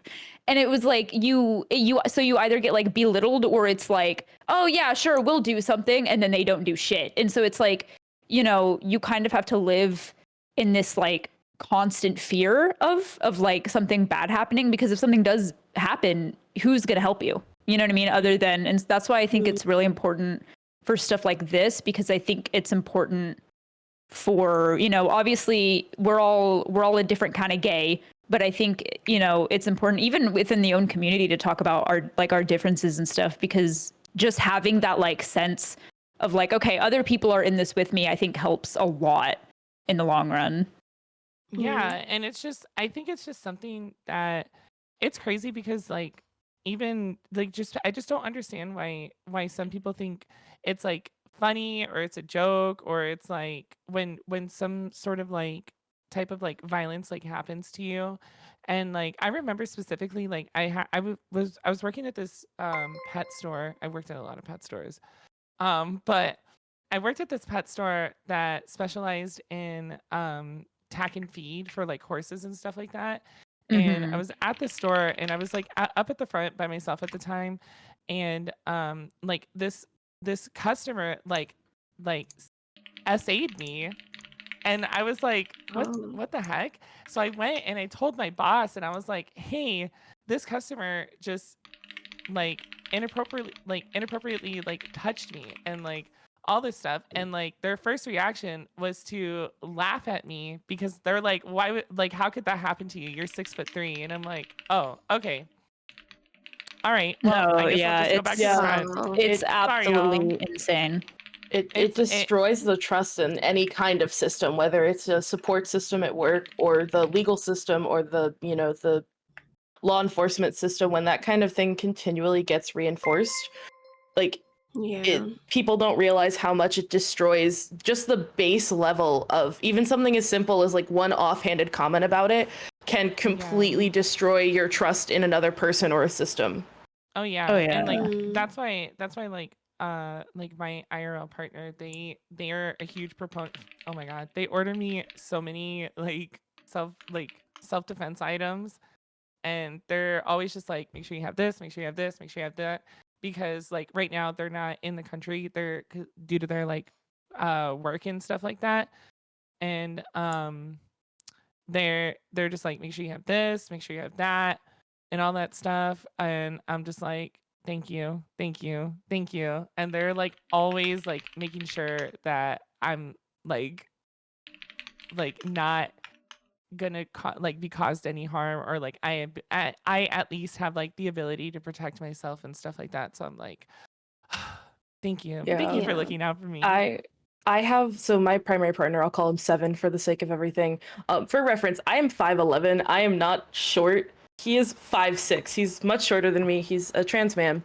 And Kings rise up. I grew up in the South, like yeehaw country, where nothing ever was okay if you were slightly different. I was the only person of color in most of my classes growing up. And so when he moved here, it was a big culture shock for him because he came from like the North, where things are a little bit more accepted.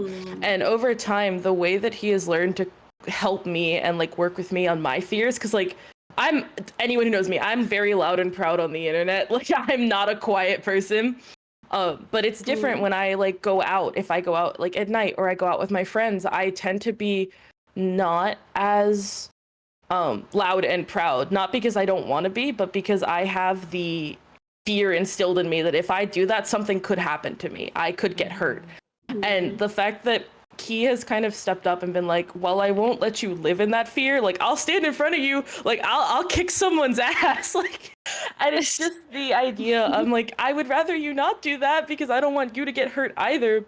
But like the way that he's taken that into perspective, because despite the fact that he didn't grow up in it like I did, he's heard stories of what like I saw as a kid, what I heard, and what was enforced in me regarding this.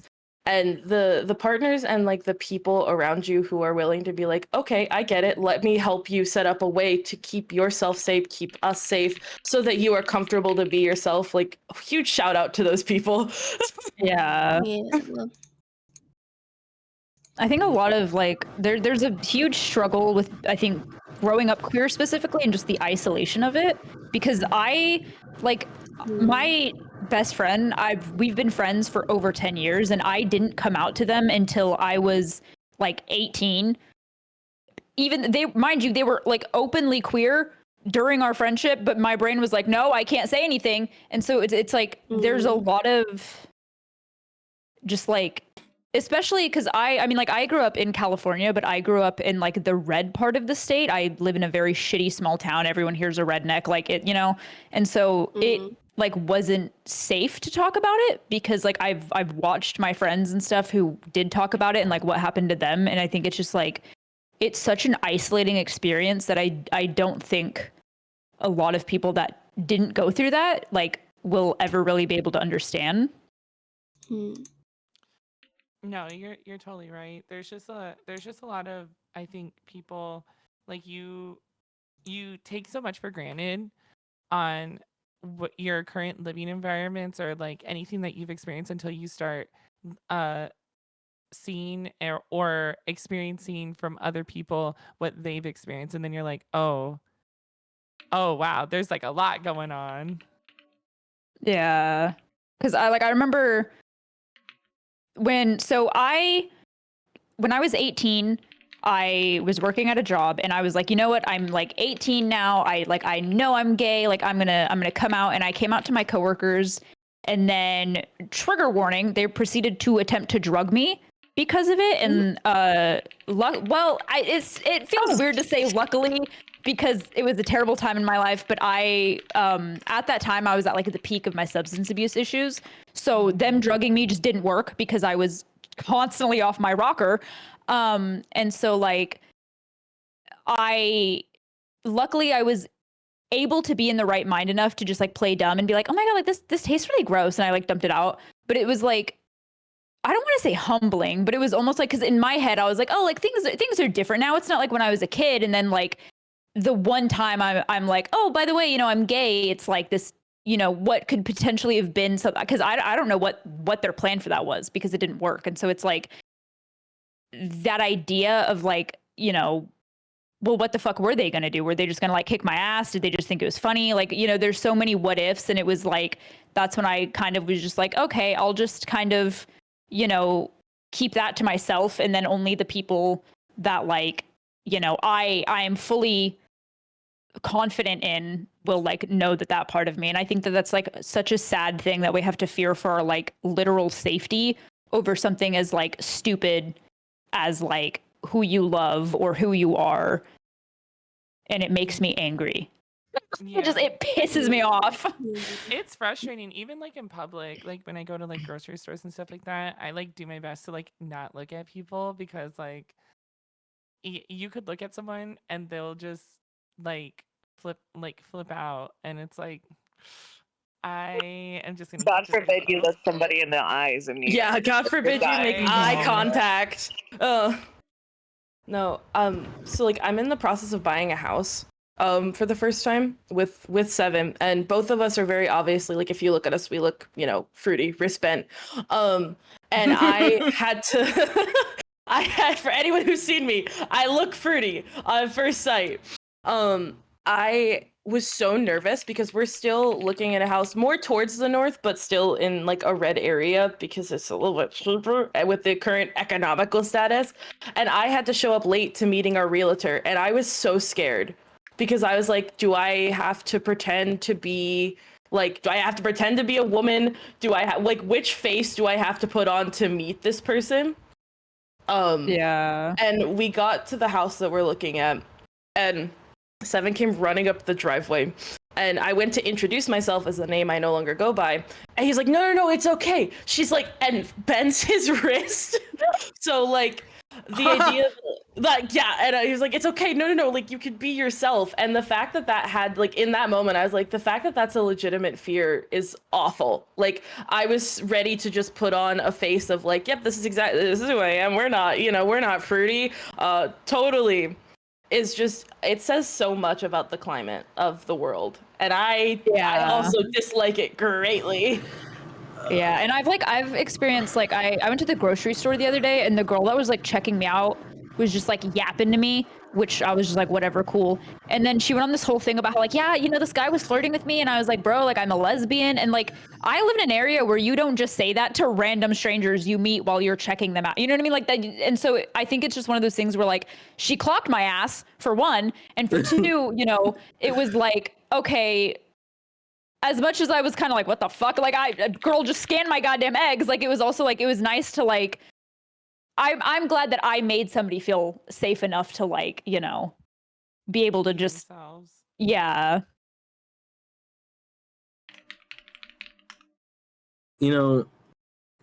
Okay. I kind of heard Miles talk about it, but it's also so weird from, like, a cultural standpoint. Like, if you have immigrant parents, this shit is so weird. It is so frustrating because, luckily on my end, I had my mom who was an ally, my dad who really didn't give a fuck, and it was, like, pretty chill for the most part. But then my extended family, it's like, oh, fucking kill me. Like, actually shoot me with a gun. And it's fucking insane because, what's it called? I have an uncle, and their son did everything. They went to college, they became a doctor, they're making, I don't even know how much money. They're fucking rich. And the uncle's like, oh, I don't talk to my son.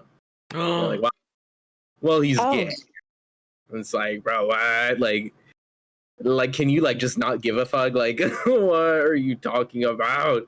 It's so frustrating. And, even, like, there's a word for it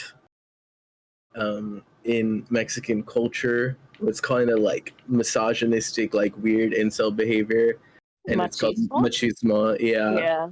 And, I mean, I don't know, like, it's still, like, such a real thing. I have family, I have, like, my brother is, like, low-key misogynistic, and having those weird conflicts where it's like, well, it's traditional, like, why are you doing that?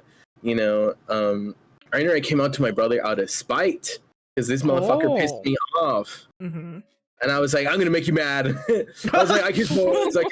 Get pissed off. I'm gay. Yeah, literally, because he was fucking annoying me. Like, the shit this man says that literally comes out of his mouth is like, oh my, like, actually, like, shoot me with a gun. And he was telling me some crazy shit. Like, before I came out to him, he was going on this random rant, because this all started because I was like, hey, you ever seen Love is Blind? I love Love is Blind. Mm-hmm. And there's this one couple where the dude's like, oh, by the way, I'm bi, after they got married. And the girl's like, what the fuck? And I was like, yeah, Okay. it was so weird, like, I can't believe that happened. And my brother goes, that's not weird, that's normal, bro. I'm like, what? And he goes, what girl's gonna want to be with a bisexual dude? Like, that's fucking weird, dude. Like, how are you gonna sleep with a dude if you know he's sucking cock, bro? I'm like, what? I'm like, what are you fucking talking It's about? like, how do you even think like that though? Because, like, obviously, the whole point of Love is Blind is that you're supposed to commit to the person You're like, with, so you're he's not matched with. sucking dick So on the why- side. Yeah. But you are assuming that he's going out sucking dick. Like, Yeah. My thing is, I always find it funny when men specifically are like, these dudes are letting other dudes fuck them in the ass. Why are you thinking about another dude's dick that much? Like, why are you thinking about gay sex For that real. much? For real. It And kind of seem a little gay. like, I can literally list off the, like, insane shit my brother's told me. I think I will never forget. I'll never forget. I was having a discussion with my brother. Because he's very, like, Andrew Tate pilled. Like, he's, like, literally insufferable. And and I'm in the living room, and then he's like, "Oh, they're chopping off the kids' genitals." I'm like, "Oh my god!" I'm like, literally, I literally like, I roll my eyes. I'm like, "Dude, I'm not doing this right now." And he's like, "Oh, come on, like, let's have a conversation, like, you know." He literally was like, "Oh, you guys are like so PC and woke, like you can't even have a conversation without getting mad." And I'm like, "Okay, let's have a conversation. Let's have a conversation." And we talk. And we're talking about trans rights. I'm like, no one is killing kids. Like, no one is fucking ripping off their cocks. Like, that's not happening. Like, you actually need to tone the fuck down. And he's just spewing nonsense. And then he's like, why are you looking at me like I'm disgusting? I'm like, because I'm disgusted. Because I can't believe that I have someone so bigoted. And I'm like, Martin, you fucking know I'm bi. Like, you live with me. Like, shout out to me doxing my brother, by the way. Whoops. Period. Shout out Martin. Anyways, I'm like, dude, like, you fucking know I'm bi, dude. Like, how the fuck do you think this makes me feel? Because you're talking about these trans people like they're so disgusting. What about me, your brother? He's like, that's different. I'm like, no, it's not, because I know you think I'm disgusting for this. Like, I see the way you look at me. I see the way you look at me when I talk about this stuff. And, you know, if I found a dude cute or whatever, and it's hard for me to be like, oh yeah, you're my brother, and you don't like, you think I'm weird, like you think I'm gross, you think I'm different. And you know, that's the whole thing with like, that was such an awful time, because I was like, okay, I'm crying, like I'm not feeling the vibes are off. So I go to my room, you know, door gets broken into.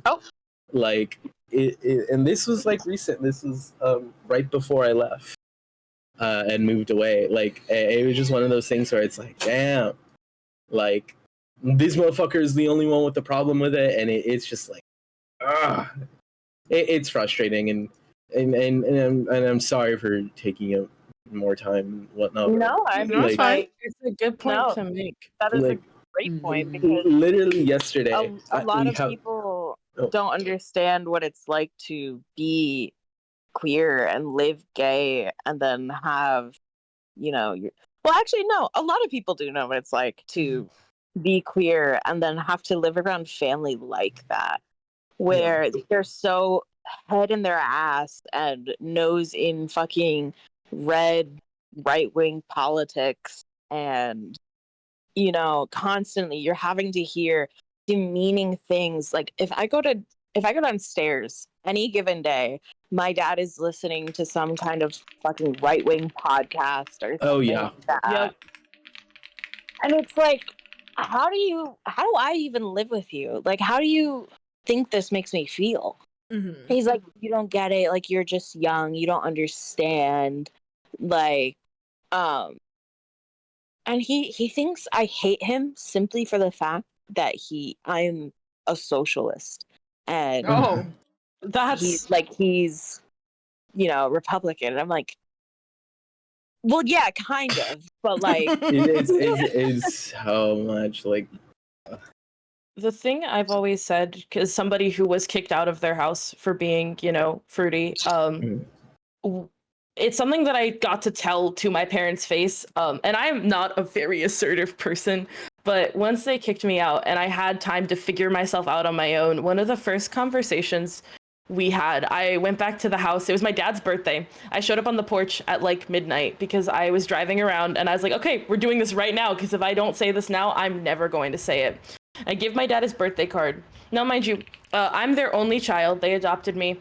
I'm the only kid they ever had, and paid money for, mind you, which is the joke I like to make. I was talking to my dad, and my mom refused to speak to me. She would not come outside, so I was talking to my dad, and I went to college. I became an accountant. Like, I did so much to make my family proud. So to my dad's face, I was like, what I don't understand is how you can be so bigoted and hateful. Like, you pick one thing out of all the myriad of things I've done that could make you a proud parent that you could brag about people to. You are consciously choosing to be hateful. Because you could sit there and talk about your kid and be like, oh my God, my kid, you know, has 2 college degrees. My kid is an accountant. My kid did all of this. And you choose to sit there and be like, okay, my kid's gay. My kid's non-binary. My kid is confused. Like, you chose that. And in the same way that I chose to leave, even though you gave me like a choice, quote unquote. I was like, that's your choice. I didn't choose to be like this. If you want to believe that, you can. But like, I hope you understand that I know what choice you've made, and I hope you're proud of yourself. And he hasn't talked to me about it since. I do remember this. I remember you talking about this. Yeah, because you, Tyga's heard so much of my shit. Yes, I have, yeah. So much of my shit. Parents specifically, because, you know, obviously as you guys have heard, me and my father don't get along, and we haven't spoken to each other in, I think, over a year now. And he will like still text me. He's still the only reason I haven't blocked him is because I kind of find it funny, because I'm toxic. But he like sent me. Tyga knows about this because I had a whole conversation with Tyga about it. But he sent me this like, whole paragraph. Tyga knows everything. Yeah, I do know everything. I've been talking bad shit about my dad to Tyga, but like. He sent me this whole paragraph being like, well, because my dad lives on the other side of the country. And so he's like, oh, well, you know, you haven't talked to me in over a year, so I'm going to find out where you live and we're going to sit down in person and talk about it. And I was like, okay, I moved. You don't know where I live. Have fun, but whatever. And he very much does that shit for a reaction. So I do what I do best, and I just simply ignore him and let him talk to himself in the crazy corner. But it's like, I think once because I grew up with that, unfortunately, you know what I mean? That's the environment that I was raised in. And then it's like, now that I'm out of that environment and I don't have to deal with that, it's insane watching him not be able to like figure it out, because in his brain, like it's insane. Yeah. It's insane that he is like, why aren't you talking to me? And like, I don't know, bro, you called me the T-slur in the fucking Ashley's furniture, you fucking moron. Like, hello? All roads lead back to the Ashley furniture. You know, dude, it's fucking Ashley's fault. But like, it's insane that like they do this shit and then they want to turn around and it's like, and like play the victim. And I think it just goes to show that like people that are that spiteful and like that hateful, like it's genuinely because like it's a skill issue. Like, I was trying to think of a more professional way to say it, but it's a brain skill issue. Like, your brain, you aren't emotionally and like you're not emotionally mature enough to understand that like people are different. They do different things. No, your fucking pea brain has to be like, oh no, my kid's not being gay. Fuck you. And now look at you. You're a sad old man with fucking nobody to talk to. And you want me to feel bad for you? Womp womp. Like, and it just like so much like my mother. Like, it just Christ. Like, it pisses me off. Like, look in the mirror, bro. Like, you made like fucking, you know that like Travis Scott meme where he's got the microphone? That's me right now. Yes. Where he's like sweating.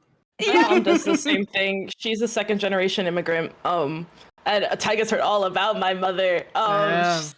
So much fun. Love. Shout out Kathy LMAO. That's not her actual name, but that's what my friends call her. So we could talk shit about her to her face.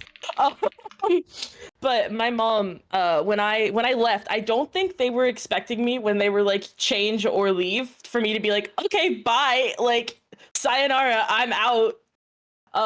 Because every year after that, she has been like, well, why don't you move back home? Like, we've basically upgraded the whole house. There's room for you to live here now. Why don't you come back? I will pay you to live in the house again. And I'm sitting there every time she does this.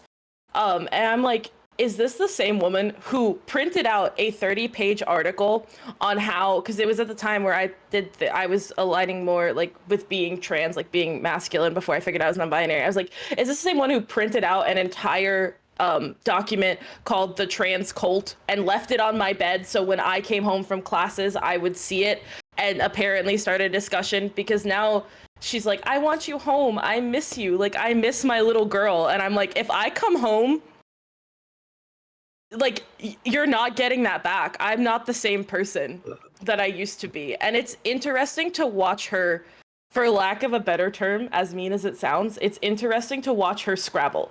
Like, to grasp at this. She's offered me, like, money. Like, a substantial amount of money to come back home. And every time it happens, I text Tyga, and I'm like, my mom's offered me like $1,000 to move back home. And they think it's deal or no deal. Like, what? Yeah. And she's always like, well, if you come home, we can talk about this. And her issue stems from like her whole thing with me being adopted, despite the fact that she made the choice to adopt me. She's always been like, well, I don't feel like your mom. And I'm like, that's because you don't treat me like your child. Mhm. Yeah. And it's just wild to watch her now as an adult kind of grovel for me back because she never expected me to stand up for myself. Too relatable. Yes. Yeah, no, because like I think I was like freshly 18, and like at the time my dad was like still like financially supporting me, obviously, because he was my fucking parent, and he was paying for my phone, and he went on this whole thing with like my sister, who my sister's not my dad's kid, by the way. Me and my siblings all have different baby daddies. And like went on this whole thing with my sister about how like, oh well, she doesn't talk to me, so she doesn't need her phone and she doesn't need to be in my life. Basically like claiming that like if I didn't text my dad back, he was going to disown me. And so I, being the petty bitch that I am, I bought my own phone plan, and mailed him the phone that he paid for, and was like, well, since you don't want to pay for my phone or be in my life. And so that it's so crazy that now he's like, why don't you talk to me, Mika? You're so mean to me. When I got kicked out, I took the SIM card out of my phone because mom was like, well, you have to leave your phone and your car because of the time that's what they were paying for. And I went, okay. I took the SIM card out of my phone, set it on the table, gave them my keys, and walked out of the house. And both of them, like, I'll never forget, they were standing on the porch staring at me as I walked away. And my dad was like, well, how will you survive without a phone? Like, your generation is so phone addicted. And I'm just like, a phone is not worth the mental torture you put me through. Yeah. Damn. Like, get a grip. Get a fucking grip. I know that's real relatable. I think at the end of the day, if you have good parents, God bless your soul, because Yeah. don't get that. Shout out. I say the same thing to Seven because his parents are like really accepting and nice. And every time I go to visit them, I'm like so on edge. Like, I sit there and I'm like, and they're like, it's okay, right? And I'm like, yeah, it's totally fine. I'm so okay right now. I don't know what I can do and not do. And he's like, you can just be yourself. And I'm like, no, I can't. What are you talking about? It's so interesting when you get to meet, like, because one of my friends has wonderful parents. And every time I go over and visit, whether it be like breakfast or a meal, it is so strange to talk to parents that are like chill. It's so weird. Like, I see her call her parents by their first name. They talk to each other as like friends. And I'm like, what? I would get skinned alive. Yeah, that wigs me out so bad because Seven's always like, you call my parents like Mr. and Mrs. last name. And he's like, my parents hate that. And I'm like, yeah, but if I don't call them that, I'm disrespectful and rude. It's so, the differences are wild. I feel bad because I feel like I'm still at that stage, and it's something that I'm working on because I know it's not like it's very much a personal issue with me, but I almost get like bitter because I have like friends that have like lovely parents. Like they do not have an ounce of childhood trauma that stems from their parents, you know what I mean? And like can't be me. And so I almost get like, and then they'll like, and obviously, if you live with your parents are going to piss you off. That's just kind of how that works. But it's like, I almost get like bitter when they're like, oh, like my mom told me to clean my room. Like, oh my God, she's so annoying. And I'm just like, I'm going to eat you. I'm going to eat. You want to trade? And it's like, but then I have to be like, no, it's not their fault that their mom is nice. You know what I mean? Yeah, it's such a common thing that I've realized. I thought I was alone in the like slight bitterness that I felt towards those kind of situations. Because I remember Seven is like a lot of my frame of reference because he was one of the first people I met with like truly accepting parents. Like my mom is fucked up. She has said some like horrible things that you would never imagine a parent says to a child regarding a lot of things, a couple of them that I cannot say, but it's bad. She's bad. And it's hard sometimes to hear when people are complaining, right? And they're, they say, oh, my mom, they took my car because I was going, one of the things down here is like, they took my car because I was going over the speed limit. And I'm sitting there and I'm like, my mom told me to not stain her carpets with my next, what attempt, if I was going to try. Tiger, did I ever tell you that? I don't think so. No, I don't. Yeah, recall no. this. When I came back from the hospital, I know I've told Kieran this. When I came back from the hospital, my mom sat me down and was like, "Hey, if you're gonna try that again, don't stain my white carpets." So we're eating Tenny's mom. At that point, That is fucking crazy. everyone pull up. And Everyone. do you want to know the awful part about it? Like, it's a little funny now. It was not funny then. You want to know what my little spiteful ass did? You can imagine what happened next time. And they had to replace all of the carpets in the entire upstairs. Wow. Good. Yeah, that's like a summary of my mom, and I'm glad I'm not alone in the like slight pettiness when I realize it's not their fault, but I'm glad I'm not alone in that. Yeah, and it's something that like I'm still having to work on and stuff, especially when it comes to dads. Like, if you have a good dad, it's not your fault. I want to fist fight you though. Like I want to fist fight you, and it's just like, and it's I always feel really guilty for it because like. You don't choose your parents, clearly, because none of us would have chose our. You know what I mean? So, like, no. But it's just like I feel like they kind of, and it's not their fault that they take it for granted, obviously, because they've never had to deal with the shit that we've had to deal with. But I just like I want to grab them and I want to shake them. Like, all right, cuteness aggression. I don't think this is cuteness aggression no more. Alrighty. We are about to hit our 3-hour mark. So we're gonna wrap up the stream with one last question, and then I'll let you guys do your final words for the Pride panel. The last question that I've asked every single panel is, what was one or a few of your real or fictional like crushes awakening where you saw like these characters or people and you're like, Can I forego this question? Nope, because now you're going first. You get to go first. I just left the call. No, you can't, because now you have to tell everyone what your terrible taste. Okay, well, at least it's my taste and not the other thing you clown on me for. I mean, I did agree that I wouldn't say, so. Thank God, because that's not coming up in this conversation. Okay. One of my first so there's two. There's sexuality and then there's gender. Okay. Sexuality, I think, had to be, if anyone's ever seen Revolutionary Girl Utena, he was in love with Utena. That was the first time when I was still like a wee little girl that I was like, oh, girl pretty, I like girl. Like, and it's defined me to this day. I fucking love that show. So that was definitely like the female awakening. The male awakening was Samurai Jack. I agree with that. I agree with that. Gender wise, and this is where it gets a little fucky because I refuse to explain it. My gender awakening, where I was like, well, maybe I'm not actually a girl, was Sephiroth from Final Fantasy VII. Wow, who could not tell? If you don't know, I love it was Sephiroth and Axel from Kingdom Hearts. I looked at them and went, maybe I'm not a girl because I want to look like them. And then I'll forego the more cursed ones. Those will remain between me and God. And Taiga. And Taiga. Alrighty, who's next? You get to pick Tenny. Oh, good. Lovely. Nikki. Oh.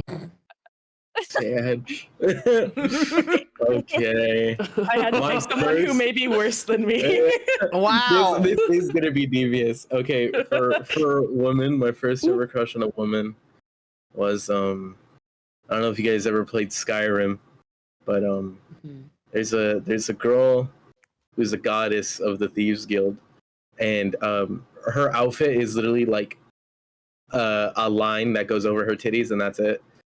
And like I was like 9 or something, and I was like, why my pee feel weird? I was like, what's going on?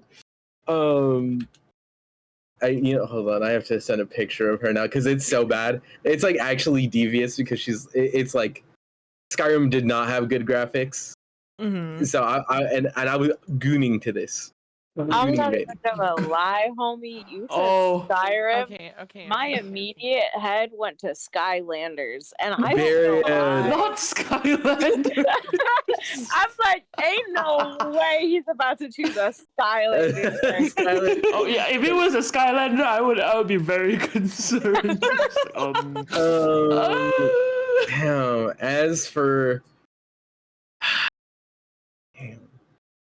As for man, this is rough, man. This is rough. I don't.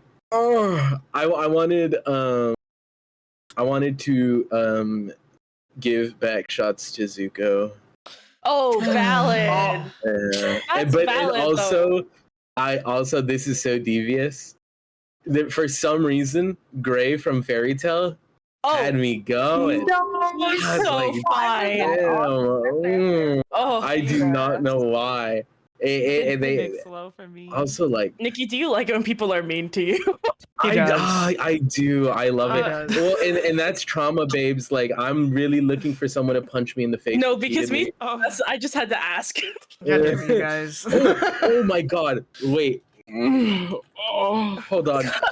What do you bitches know? What do you bitches know about fucking, oh my god, Maka's dad from Soul Eater? The deadbeat? Oh, No. Yes. Okay, Deadbeat man, Dr. Stein. Dr. Also, Stein. Okay. the But witch cat girl but with like- huge titties. Yes. Yeah. Soul Eater, period. Yeah, Soul Eater was very but yeah, my monster fucker awakening not was this. shut up. No. Was in Soul Eater when you see Death's quote unquote or real form. Oh, yeah. Bitch, I ate that shit. Yeah. I got a thing for the monster forms. You're not alone there. Yeah, Teddy, we know. I don't know. Goodness. I mean, Alright. like, I thought a lot of anime men were attractive, but it was never like I never fiended like them like I do now because it was very repressed, right? I was like, no. And now you're all out. Yeah, now it's like it's a problem because I'm Yes. like, Toji Fushiguro oiled up twerking like now. Okay, like, all right, next. Who's Okay. next? Who's I next? love You know what? tears. I'm gonna pick. Go Oh, ahead, jeez. Hina. Shut up, Nikki. What? No I'm more. going to choose someone. Oh What my the god. fuck? No more. No more. No. I'm choosing someone. Fuck you. Also, Gray had that thing where for some reason Oh, he God. had to get shirtless. Uh-huh. Okay. Gooning. Okay, then Anyways. who are you picking then? Okay. I'm picking Hina. Okay. Okay, go ahead, Hina. Why? Okay.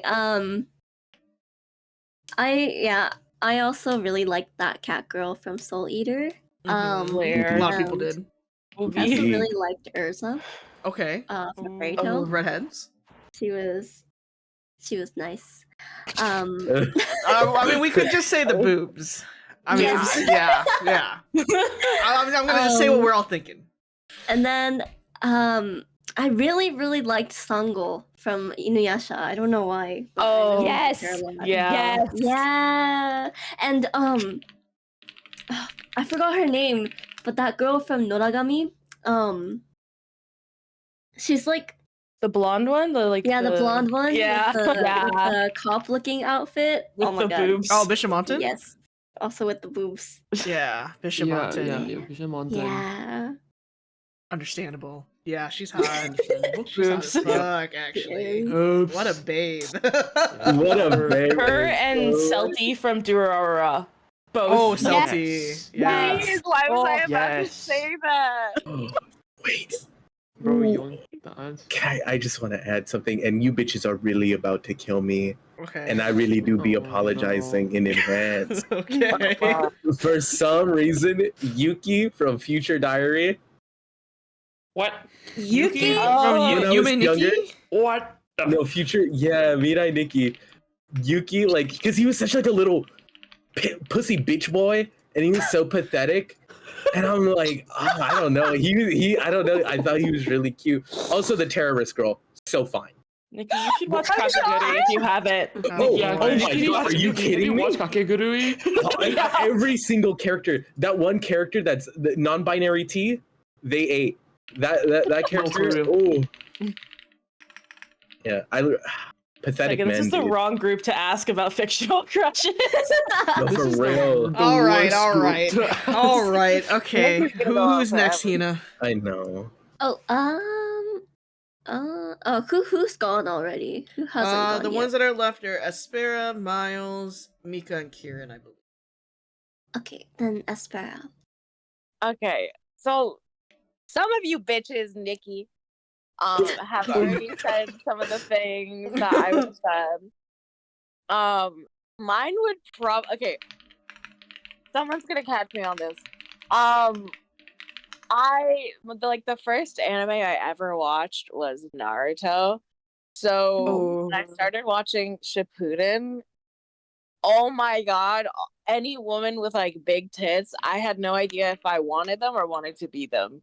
So Both is a valid answer. right. Both. So like Sakura, fucking Hinata, Tsunade, and then I started watching Fairy Tail. I got to Erza. Fucking what was the Soul Eater Arachne? Period. Period. Period. To the fairy tale enjoyers, was no one fucking Julia? I hated that bitch. I hate dumb I was bitches like- with bad I was like- opinions. I Oh hate my it. god, guys! Y'all don't know a bad bitch when you see one. What are we talking about? Who is this? Julia from Fairy Tail? Oh, Julia Or Fairy Juvia. Tale. Juvia. This bitch. Juvia, yeah. Juvia! Juvia. She Oh, was the heavy. one Yeah. that's with the one guy with the piercings, right? Oh, I thought she was with Gray. No, No, she's with no, Gray. no. Oh, You're then thinking who- of The what is her other name? blue-haired bitch. Yeah, because Yeah. she's also blue hair. Wait, what was the other one? Wendy? No, that's not it. Is it? Oh, It was Levy? yeah, Was it Levy? Levy. Oh, But Yeah. also, I don't remember his name. Was it like Gage or whatever? Donjiel. Gajiel, I Yeah. think. Yeah. Yeah, I liked him too, and that was like the first awakening of like, oh, I know what my type is IRL. Mm. You like him a little Yeah. bad. I like clowns. That's what? Fair like enough. men who are Oh like yeah, Do you no, wanna Teddy likes elaborate on clowns. that, Teddy? Yeah, you want to Do you wanna elaborate? I wasn't gonna say nothing. Yeah, But if you're gonna yeah, open I up was that gonna can say of that worms. Teddy DM'd me this like I was like, no, 10 minutes ago. I Let me can't say this, explain. and then Let you me say explain this. because No. it stemmed from Fairy Tail. No. It's the Harlequin No. men who are You're not Harlequin allowed coded. to I say love this. it. I like Oh, clowns. God. I like them stupid. Okay. So you want to talk about the clown Okay. that you No. Wait. Pause. Black Butler. Anybody? Oh yeah. Oh, yeah. Uh-huh. May Rin? Any May Rin enjoyers? Oh. Yes. Grosel from Black Butler, the one character who shows up as like a one-off, was my everything. Gross. Oh my little god, the music box. Undertaker Yeah, when you the finally see music his box face? guy. Yes, Undertaker. Undertaker is. Oh, I want to be Undertaker. Right? Undertaker is so looks around. I'm sorry, guys. I wanted to fuck the dog. What? Pluto? Pluto? What? I forgot about that character and the way I my almost God, just you shit myself. Like, You scared me so bad. I was like, wait a minute, guys. Yeah, I Nikki, forgot about the Nikki, dog you too. are- Nikki, you can't just say that. Wait, okay, wait. If The no, because twink? like if no one. Beast from twink? Book of Circus. If you want to talk about characters with a she's so pretty. Oh, Oh women. goodness. All right. Anyone else, Aspera?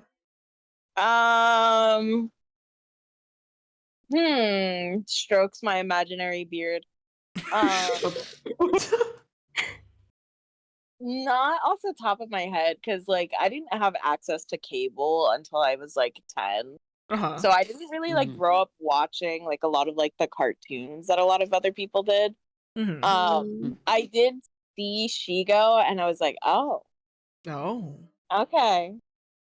But yeah, other than that, I can't really think of it. Like it's mostly like I've forgotten a lot of them, but the moment I visually see them, I'll immediately remember.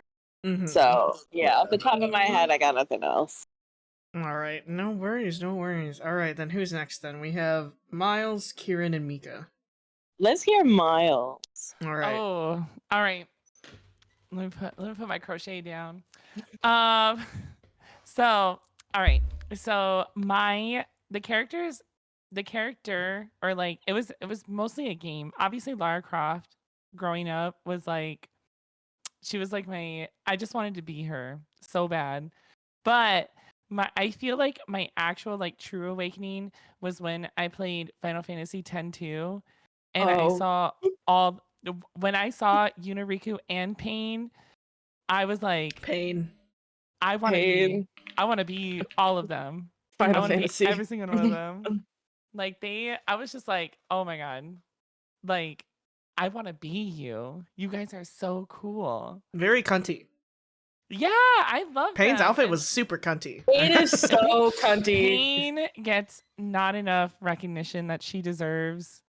She Mhm. really deserves so much recognition, and people don't give her the flowers that she deserves. But she was such a good, I feel like she was kind of like a very like non-binary like rep, because she was very androgynous. Mhm. Oh yeah. Which was such a juxtaposition, because you had Riku and Yuna, who were like very hyper feminine and like more comfortable in like their sexuality and as women, and then you had Pain, who she had like a very like quote unquote like revealing outfit, but she also kept a very like androgynous demeanor at the same time. It was so cool, especially when you like changed her into like the songstress. She looked like David Bowie. Yeah. Yes. Like Yeah. she was so cool. She was so cool. But I mean, like fictional characters, my goodness, that list could go on crazy. I'm a huge fan of Captain Kuro from One Piece. Okay. I liked most of the villains in One Piece, like including Buggy the Clown. There's a problem with me on that. I can appreciate that. Oh goodness. Like, ooh, it was bad. It was bad. Who is it? Bixlow from Fairy Tale. I really liked him because he was just a goofy boy, and he kind of gave me himbo vibes, and I really liked that. Professor Oak. Professor Oak. I liked Professor Oak growing up. Wait, That's devious. You're gonna have to Jump remind me which one that one is. He's like the OG Pokemon professor. Yeah. Girl, Professor Oak. You know what? It was something, I don't know what it was about him. Like, I was just a kid, and like, I don't know, like, I mean, it was also the same as like like Yu-Gi-Oh! I thought Joey was cute. I thought Tristan was cute. I thought Yugi was cute. Like the dark Yugi though, like the big Yugi. The small one, I was just like, oh, you're like adorable. But like Dark Yugi, when his voice deepened, I said, oh, something's crazy here. Or like my Valentine, I wanted to be her because she just looked so cool, and she was just that girl, and I absolutely loved her. All the men from Tekken, all the men from Street Fighter, including Zangief. God, I love Zangief. And like the list could go on. It's so bad because anime men are my weakness. Oh my god, there's this other game, Tears of Themis, that I've been playing, and oh my god, Artem. His name is Artem. He is so handsome. Oh my god, he's just nice and quiet, and he's very shy, and I love that. And I'm just like, man, these are like I just feel like all these like 2D men just encompass me so well, because I'm just like, man. Fair enough. Fair enough. You guys are so handsome. I can't handle it. Understandable, as much people feel. You know, I feel like the anime men these days, they keep making them a little too hot. I don't know. They're getting better. Yeah, I can't. Yeah. I can't handle it. There's too much now. I know. can't- Like I had to stop watching JoJo's. I couldn't handle it. There's too many men. Oh my god, JoJo's. Oh my I god. love JoJo's. It's so good. Like Joseph. Oh my god. Jotaro for me. Oh, Oh yeah, it's so secondary. gagged. Ooh. Alrighty. What do you mean? Ooh. I have something to say. I have something really groundbreaking to say, and I don't know if I should. Okay. What's the Okay. groundbreaking Okay, announcement? let's hear it before the last two. So, I think I knew something. I think I knew something was off because you know, in middle school when I was first introduced to prawn, I would notice my eyes would wander, right? Huh? To not just the woman, right? But the thing was, some of these hentai protagonists, I was watching it for them. Okay. And I think, and I wish I knew their names. And this. I mean, truthfully, this is gonna incriminate me. There was one in particular where it's like Disneyland but for fucking. Oh. Okay. And the MC was this shy, like, and I would just remember being like, oh, cute. And then being like, wait, what? Who said that, bro? What the fuck? Oh my god! I remember like the trailer for the hentai that. Well, it's not even a hentai. It's like Is a it the one with the doujin. redhead? Yes. Yeah. Oh Yes. god, no! Oh my god! We were so baited with that fucking trailer. Right, 'Cause I was because like, it's oh, not it's some even- cool it's not even anime. No, oh It's not Jesus Christ! It's a trailer for the doujin. The trailer was gorgeous. The animation was amazing, and then the actual They got, content. like fucking studio. I would trailer rather on jump that out of the shit. building. Like Yeah. what? Hey, what do you mean? It's really criminal, man. All right. Okay, Miles. The last one's a Kieran and Mika. Let's hear Kieran. All right. Okay. For I guess general childhood crushes. Okay. One. Prince Naveen from Princess of the Frog. No. It's not like he when he got on the screen, I was like, ooh. Prince Naveen is very handsome. Yeah. He Yeah, is. because like when I was younger, I was like, damn, Tiana, move. I want to be there. Hold up. I want to be the princess now. I mean, like, listen, I'll Get put the on a fuck out the dress way, for bitch, this is man. me? Move. I'll cook him a meal, please, please. I'll learn how to make some gumbo. I swear. Yeah, no, I would. I mean, I like cooking, so like, I could theoretically.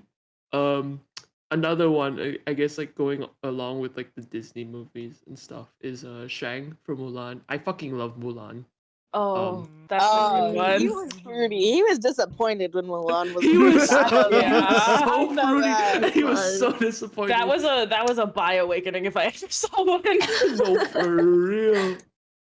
No, because when he found out, like his face went from like 100 to like 0 immediately. Like, what the fuck? You mean this motherfucker ain't a dude? You mean to tell me I fell in love with a woman? You mean I'm straight? Nah, hold on.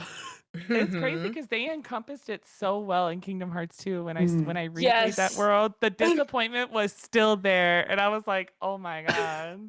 Yeah, Mans was confused. He had a whole They moment. tried playing it off too, like playing it off like he was confused that she lied to him. No, No, man. He was confused for other reasons. Yeah. His peanuts was confused a little bit. Okay, and I guess like for non-binary awakening, in a sense, motherfucker kind of dead 6 feet under, but it's okay. Gren from Cowboy Bebop. Okay. With those my fingers. I don't know. I just like the character. It's just interesting because like I didn't watch anime much, and like Cowboy Bebop was one of the first few like when I first like delved into it, and I was like, this silly feller, this guy, why is he so gender? I want to be him. This stupid ass. But yeah, I think like characters that like there's so many characters that like maybe like this or that gender, but they just look in the middle, and I just enjoy them so much. Can I remember them from the top of my head? No, because I'm still like EP and my brain isn't functioning. But I care them so much. Recent crush ish, I guess. Fucking Ken Sato from Ultraman Rising. Yeah. Looks away. Man. Yeah. Maybe I just have a thing for girl dads because I was a bit mental about Miguel as well. Oh, I was Oh, telling Well, chat Hera- that after I saw Ken Sato, it clicked that I just like wide shoulders, twink waist ratio. You know what? Nanami Real. Kento. Yeah. Nanami Kento. And Miguel it's funny, it's O'Hara, like- Ken Sato. I was like, damn, it really Bro. is just the wide shoulders, damn twink it. waist. Right? It's like if I can grab their waist potentially with one hand, Mhm. yeah, nodding my head. It's funny because like I'm like, oh yeah, I like these body types, and then I also like the most square motherfuckers. Mhm. Nanami points. Alrighty. Okay, last but not least, we have Mika. Mikor. You guys saved the best for last. Strap in, buddy. Okay. Oh boy. I have some takes. I think first and foremost, Ada Wong and Leon Kennedy from Resident Evil. I want, Big. I want Oh my god, Ada! I want Ada to do things to me. In love with that woman. She could literally kill me, and I'd be like, oh my god, thank you. Pyramid Head from Silent Hill. We're gonna skip over that one. Okay. Freezing by. Yeah. We're just gonna ignore that. Like half of the Valorant agents, but I have been, if anyone here knows me, I've been notorious for Yoru and Gecko from Valorant. But also Sage from Valorant. I want her to hit me with a stick. Any of the Valorant women, to be honest, besides like Neon's a bit, I feel like Neon's too much, like Neon's like too young, like for me. I like him a bit more, I don't know. But pretty much all of the Valorant women, pretty much every woman ever, to be honest. I feel like my type is like very specific men, and then every woman that has ever walked this face of the earth. I'm trying to think. This one's what is his name? Kyoya from specifically Beyblade Metal Fusion. I was a huge Beyblade kid. Alucard from Castlevania, because duh. What is another one? Shishomaru from Inuyasha. Oh, the older brother. Yeah. Yeah. Oh my Older god. bro. Until Yep. he got ruined, and I'm still pissed about it. Yeah, I got a little weird. We don't know. Yeah, he got a little weird. He got a little weird. Yeah. And who else? Yai Miko from Genshin. I want her to curb stomp me in 5 different directions. Am I wrong? Who else? Oh, Itachi from Naruto. And Pain. Pain was hot as fuck. Uh-huh. And I think that's and obviously my COD men, but everybody knows Yeah, that. Ghost and Sylph. Yeah. Yeah. And Barry Alright. Sloan. No, I don't And- like Price, but I like his actor. He's Okay.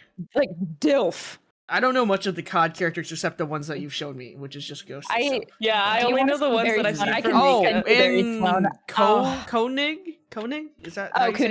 Koenig? Yeah. I've seen those 3. I'm actually not into Koenig. He's too like He's I don't know what he sounds like, so. his voice does not match the character. His Okay. voice Yeah, is very he's- like light.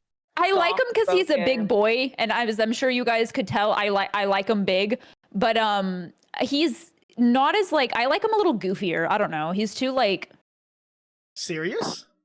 yeah. I mean, he gets a little goofy, but Uh-huh. like, I don't know. I like my men dumb, like Understandable. dog levels of dumb. Okay, understandable. Poor dogs.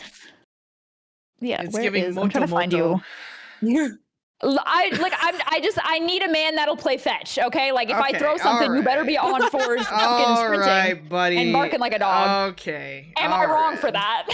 No, you know Mika, you're what? entirely based. Okay. I support you. I'm trying Okay. to find a good picture of Barry Sloan for you, Taiga, because you might like him. He's Okay. If you hear a snippet of Koenig, you'll.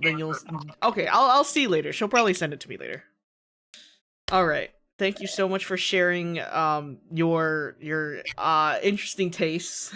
I feel like I understand you guys more on a personal level now. There you go. I put the Lovely. picture in the VC chat, but that's the voice actor for Price from Call of Duty. Okay. Oh, Okay. All right. I Real. see it. I don't know who Price No. is. I don't know. I don't know who He's that is off the top of my head. the Delph of the group. Yeah, Oh. he's the old one. He's the oldest one. I've- The DILF. Yeah. I've He's the one with the watched my goofy partner ass play beard this. that I don't know why the fuck they gave him that beard. See. I was Yeah, watching my his partner play beard Call of looks Duty, silly. and I said, "These men are way too fine to be in here. What is going Right? on?" Oh my god. There were so many times where I asked is him, funny, they would be crazy. doing some stuff, and I'm like, "Are they gonna get gay? Because it's getting there. I Oh, I feel the see. tension." I see. Yeah, there's a Yeah, lot are they of gonna gay say art for COD, and I've seen Yeah. a lot of the straight men get really mad about it, but I think it's funny. It's my favorite thing. No, it's my Yeah. favorite thing. I love Watching like them girly get mad popping. is so funny. Like, yeah, my favorite thing to do is like, because people are like, no, Ghost would like kill you if you pissed him off, and I'm like, he's just a little guy. Like he's my Pookie. He's my Pookie, my dog. Yeah, He's so all cute. scrumpy. He's my baby girl. At the end of the like- day, he's just a British man. And I'm with going to Yeah. get him pregnant. Okay, all right, Oh. okay, we're moving on Oh. now. Okay, going no into pregnancy Before he in just starts chat. talking about Mpreg more. No pregnancy. Okay, time? we're going. We need to put a baby in him. I'm going to let you guys do your final words. You can shout out your own streams. You can promo. I don't care what you want to do. Yeah, we'll start with Aspera. Yeah, I'm gay. Check me out. Ew. Thank you. Ew. Thank you. All right, go ahead, Hina. I'm actually a voice actor, and I'm a Japanese voice actor, so I do a lot of Japanese voice acting contents on mainly YouTube and Instagram and TikTok. Mm-hmm. Yeah, Hinamaru. Just search up Hinamaru. That's about it, I think. If you guys want to follow any of them, their names are tagged in the title, so you guys can just hover and click on. If you want to go follow them, please do. They're super awesome. Yeah. Go ahead, Miles. Hey guys, my name is Miles, and if you guys just love a loud person who likes to listen to a lot of K-pop, play video games, and just yap around, feel free to give me a follow. Kawaii Face Miles on Twitch, and then also I have all my other social media listed on my Twitch channel, and yeah, I'm a cow. Moo. That does explain the soundboard when you came in for sure. All right, go ahead, Kieran. Fuck. I guess like if you wanna follow like my main Twitter, I don't post as often because like I'm busy with uni right now, but I do draw big tittied men. If you're interested in that, follow at Takayama Kieran on like okay, all my socials are the same. So if you wanna find me anywhere, there you go. Yeah. Okay. Thank you. Go ahead, Mika. Hello, I am Mika Mimiu on Twitch, and I'm also Teehee. I'm having my debut literally exactly in a month. So if you guys are like interested in that or whatever, you could definitely check that out. Also, you could check out my TikTok. I'm trying to post regularly on TikTok. I think my TikToks are funny. So if you guys like funny TikToks, you should follow me or I will cry. Mika's very funny. I can vouch. I try my best. Alrighty, go ahead, Nikki. I'm Nikki. I play a variety of games. If you don't follow me, I will kill your loved ones and Okay. then myself. Alright, Nikki. He likes to play Elden Ring and torture me in that game. Yay! Me and Tiger are gonna play Elden Ring again next month. Help me. I can't wait to do the DLC. Get out of my head. Nightmare. All right, and last but not least, you got Tenny. Like I said in the beginning, I'm Tenny or Tenniel. Tenniel Baird on everything. YouTube, Twitter, TikTok, Twitch, so on and so forth. I also have a 2.0 coming out very, very soon, as well as a song cover for any Tokyo Ghoul fans. So that'll be released very soon. Oshiete yo. I'm like I said, if you like writing streams, if you like learning more specifically about like Danmes, I do a lot of breakdowns of Danmes and like guides to understanding certain Danme universes. So that's always really fun. Yeah. Alrighty, thank you so much, guys. As always, thank you so much for taking time out of your guys' schedule to be at the Pride panels. I really appreciate it. The group synergy was hilarious. I'm very glad that whenever I made like any of the panel groups, I basically stalked your profiles, watched your content, and then figured it out from there after I checked what days you were available. I feel so bad, especially because I moved myself into this group for one specific person who decided not to show up. Yeah, well, no, Kaio had some stuff. No, so- trust me, I'm very much aware. I just love getting access for it. Thank you for having me here. Yeah, Sorry I had thank you to for having push us. to this one because I was busy on all It's the other okay, days. it's okay. We were able to make it a fun final panel, so I really appreciate you guys being our last one for the month. I hope you guys had a lot of fun. We talked about a lot of good stuff, so I hope It you was guys were all comfortable. insightful. I think you guys related to each other very much, so. Be free, guys. Get that cock. Oh, goodness. Thank you, Nikki. Thank you. Thank you for the final pussy pop of the stream, Thank you. Nikki. That was a quote from the cock destroyers themselves. Damn. Keep right. Sophie. Let's destroy them. No, we're not doing the cock destroyer bit. Okay. Thank you so much. I'm gonna start wrapping up so we can raid out because I need to feed my cats. They've been meowing. Oh, I know. Maple was on the mic earlier. Yeah, that shit was so great. they demand sustenance. am I allowed to do the Deku voice when I say bye? The what now? God. The Deku voice? Have you not heard my Deku voice? No. Oh no. Saiga, why haven't you heard my Deku voice? Oh no. Anyways,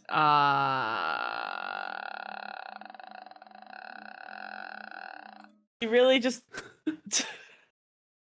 okay. What's the matter, Pookie? Okay, alright. Anyways, thank you so much, everyone. I really appreciate you guys. If you ever want to collab or anything, feel free to hit me up. I'm very busy, but I'll always make time for people if they ask. No worries. Yeah. Oh, All there's right. Gachan. Thank you. Have a Saiga. good night. Have a good night, everyone. Thank you again. Thank you so much. Bye. Thank you. guys. Alright, Thank you. bye. Bye. Fine, I guess. Oh my god. Oh god, we can't do that. We're not. No, Deku. No. No. We're not doing the deck. I did not. No, Deku. No. I did not realize it was. That was rough. I'm so sad. I'm so sad. No cat chat. I'll vomit all over this fucking keyboard. Alright. Thank you for allowing me on the stream tonight. It was a lot of fun. Sorry I was so tired. It's okay. It was early. I wanted to try to do it later in the day, but because I know how long these streams can get, I just didn't want it to go super late for myself because it's already almost 9. I also am craving a burger. I want a burger, so I've been craving a burger since yesterday. I want a burger. And tell you it was so much fun. Thanks for not exposing my taste. I know, I kept my mouth shut. We should be proud of me. Thank you so much for everyone that has been coming to the panels. Today was our last one. So I'm really glad that we were able to do so many. Like, I was honestly really shocked that we were able to do so many panels, and it was super awesome to hear so many things from so many people in all their walks of life. I hope you guys learned a lot. I hope that you guys had a lot of your questions answered. It was really good. I'm really super duper happy. Tomorrow is our final Pride stream, and it will be a collab with Xander Netherbrand from Avalon, and we will be finishing out the Pride month with a stream with him tomorrow at... Oh my god, hold on. I put in my calendar. It's because he's in BST, so I have to convert it mentally in my head. Hold on. The stream tomorrow is at 1 p.m. CST. I'll probably put the thumbnail and everything out tonight for you guys. So I super duper appreciate it. Hope you guys enjoy that.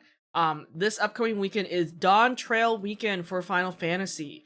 So we are technically allowed to stream early access. I will not be streaming early access because I'm gonna be real with you guys. I'm gonna be speed running so I can raid.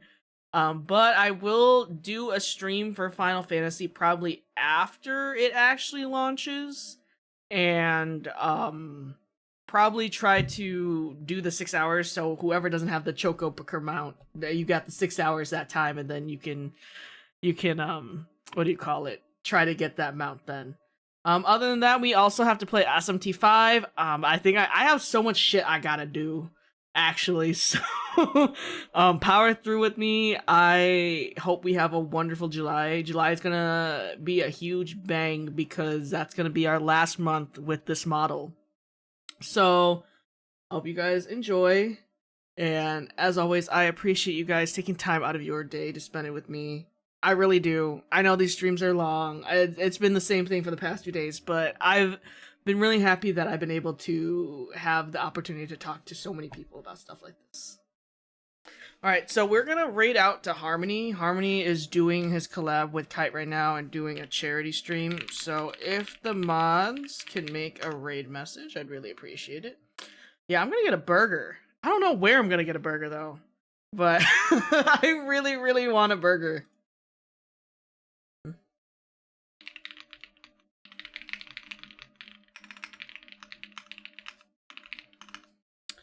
Burger King? Probably not. I think I want like a good burger. Be who you are for your price. Is that really our raid message? For real? Alright, okay, let me copy this myself.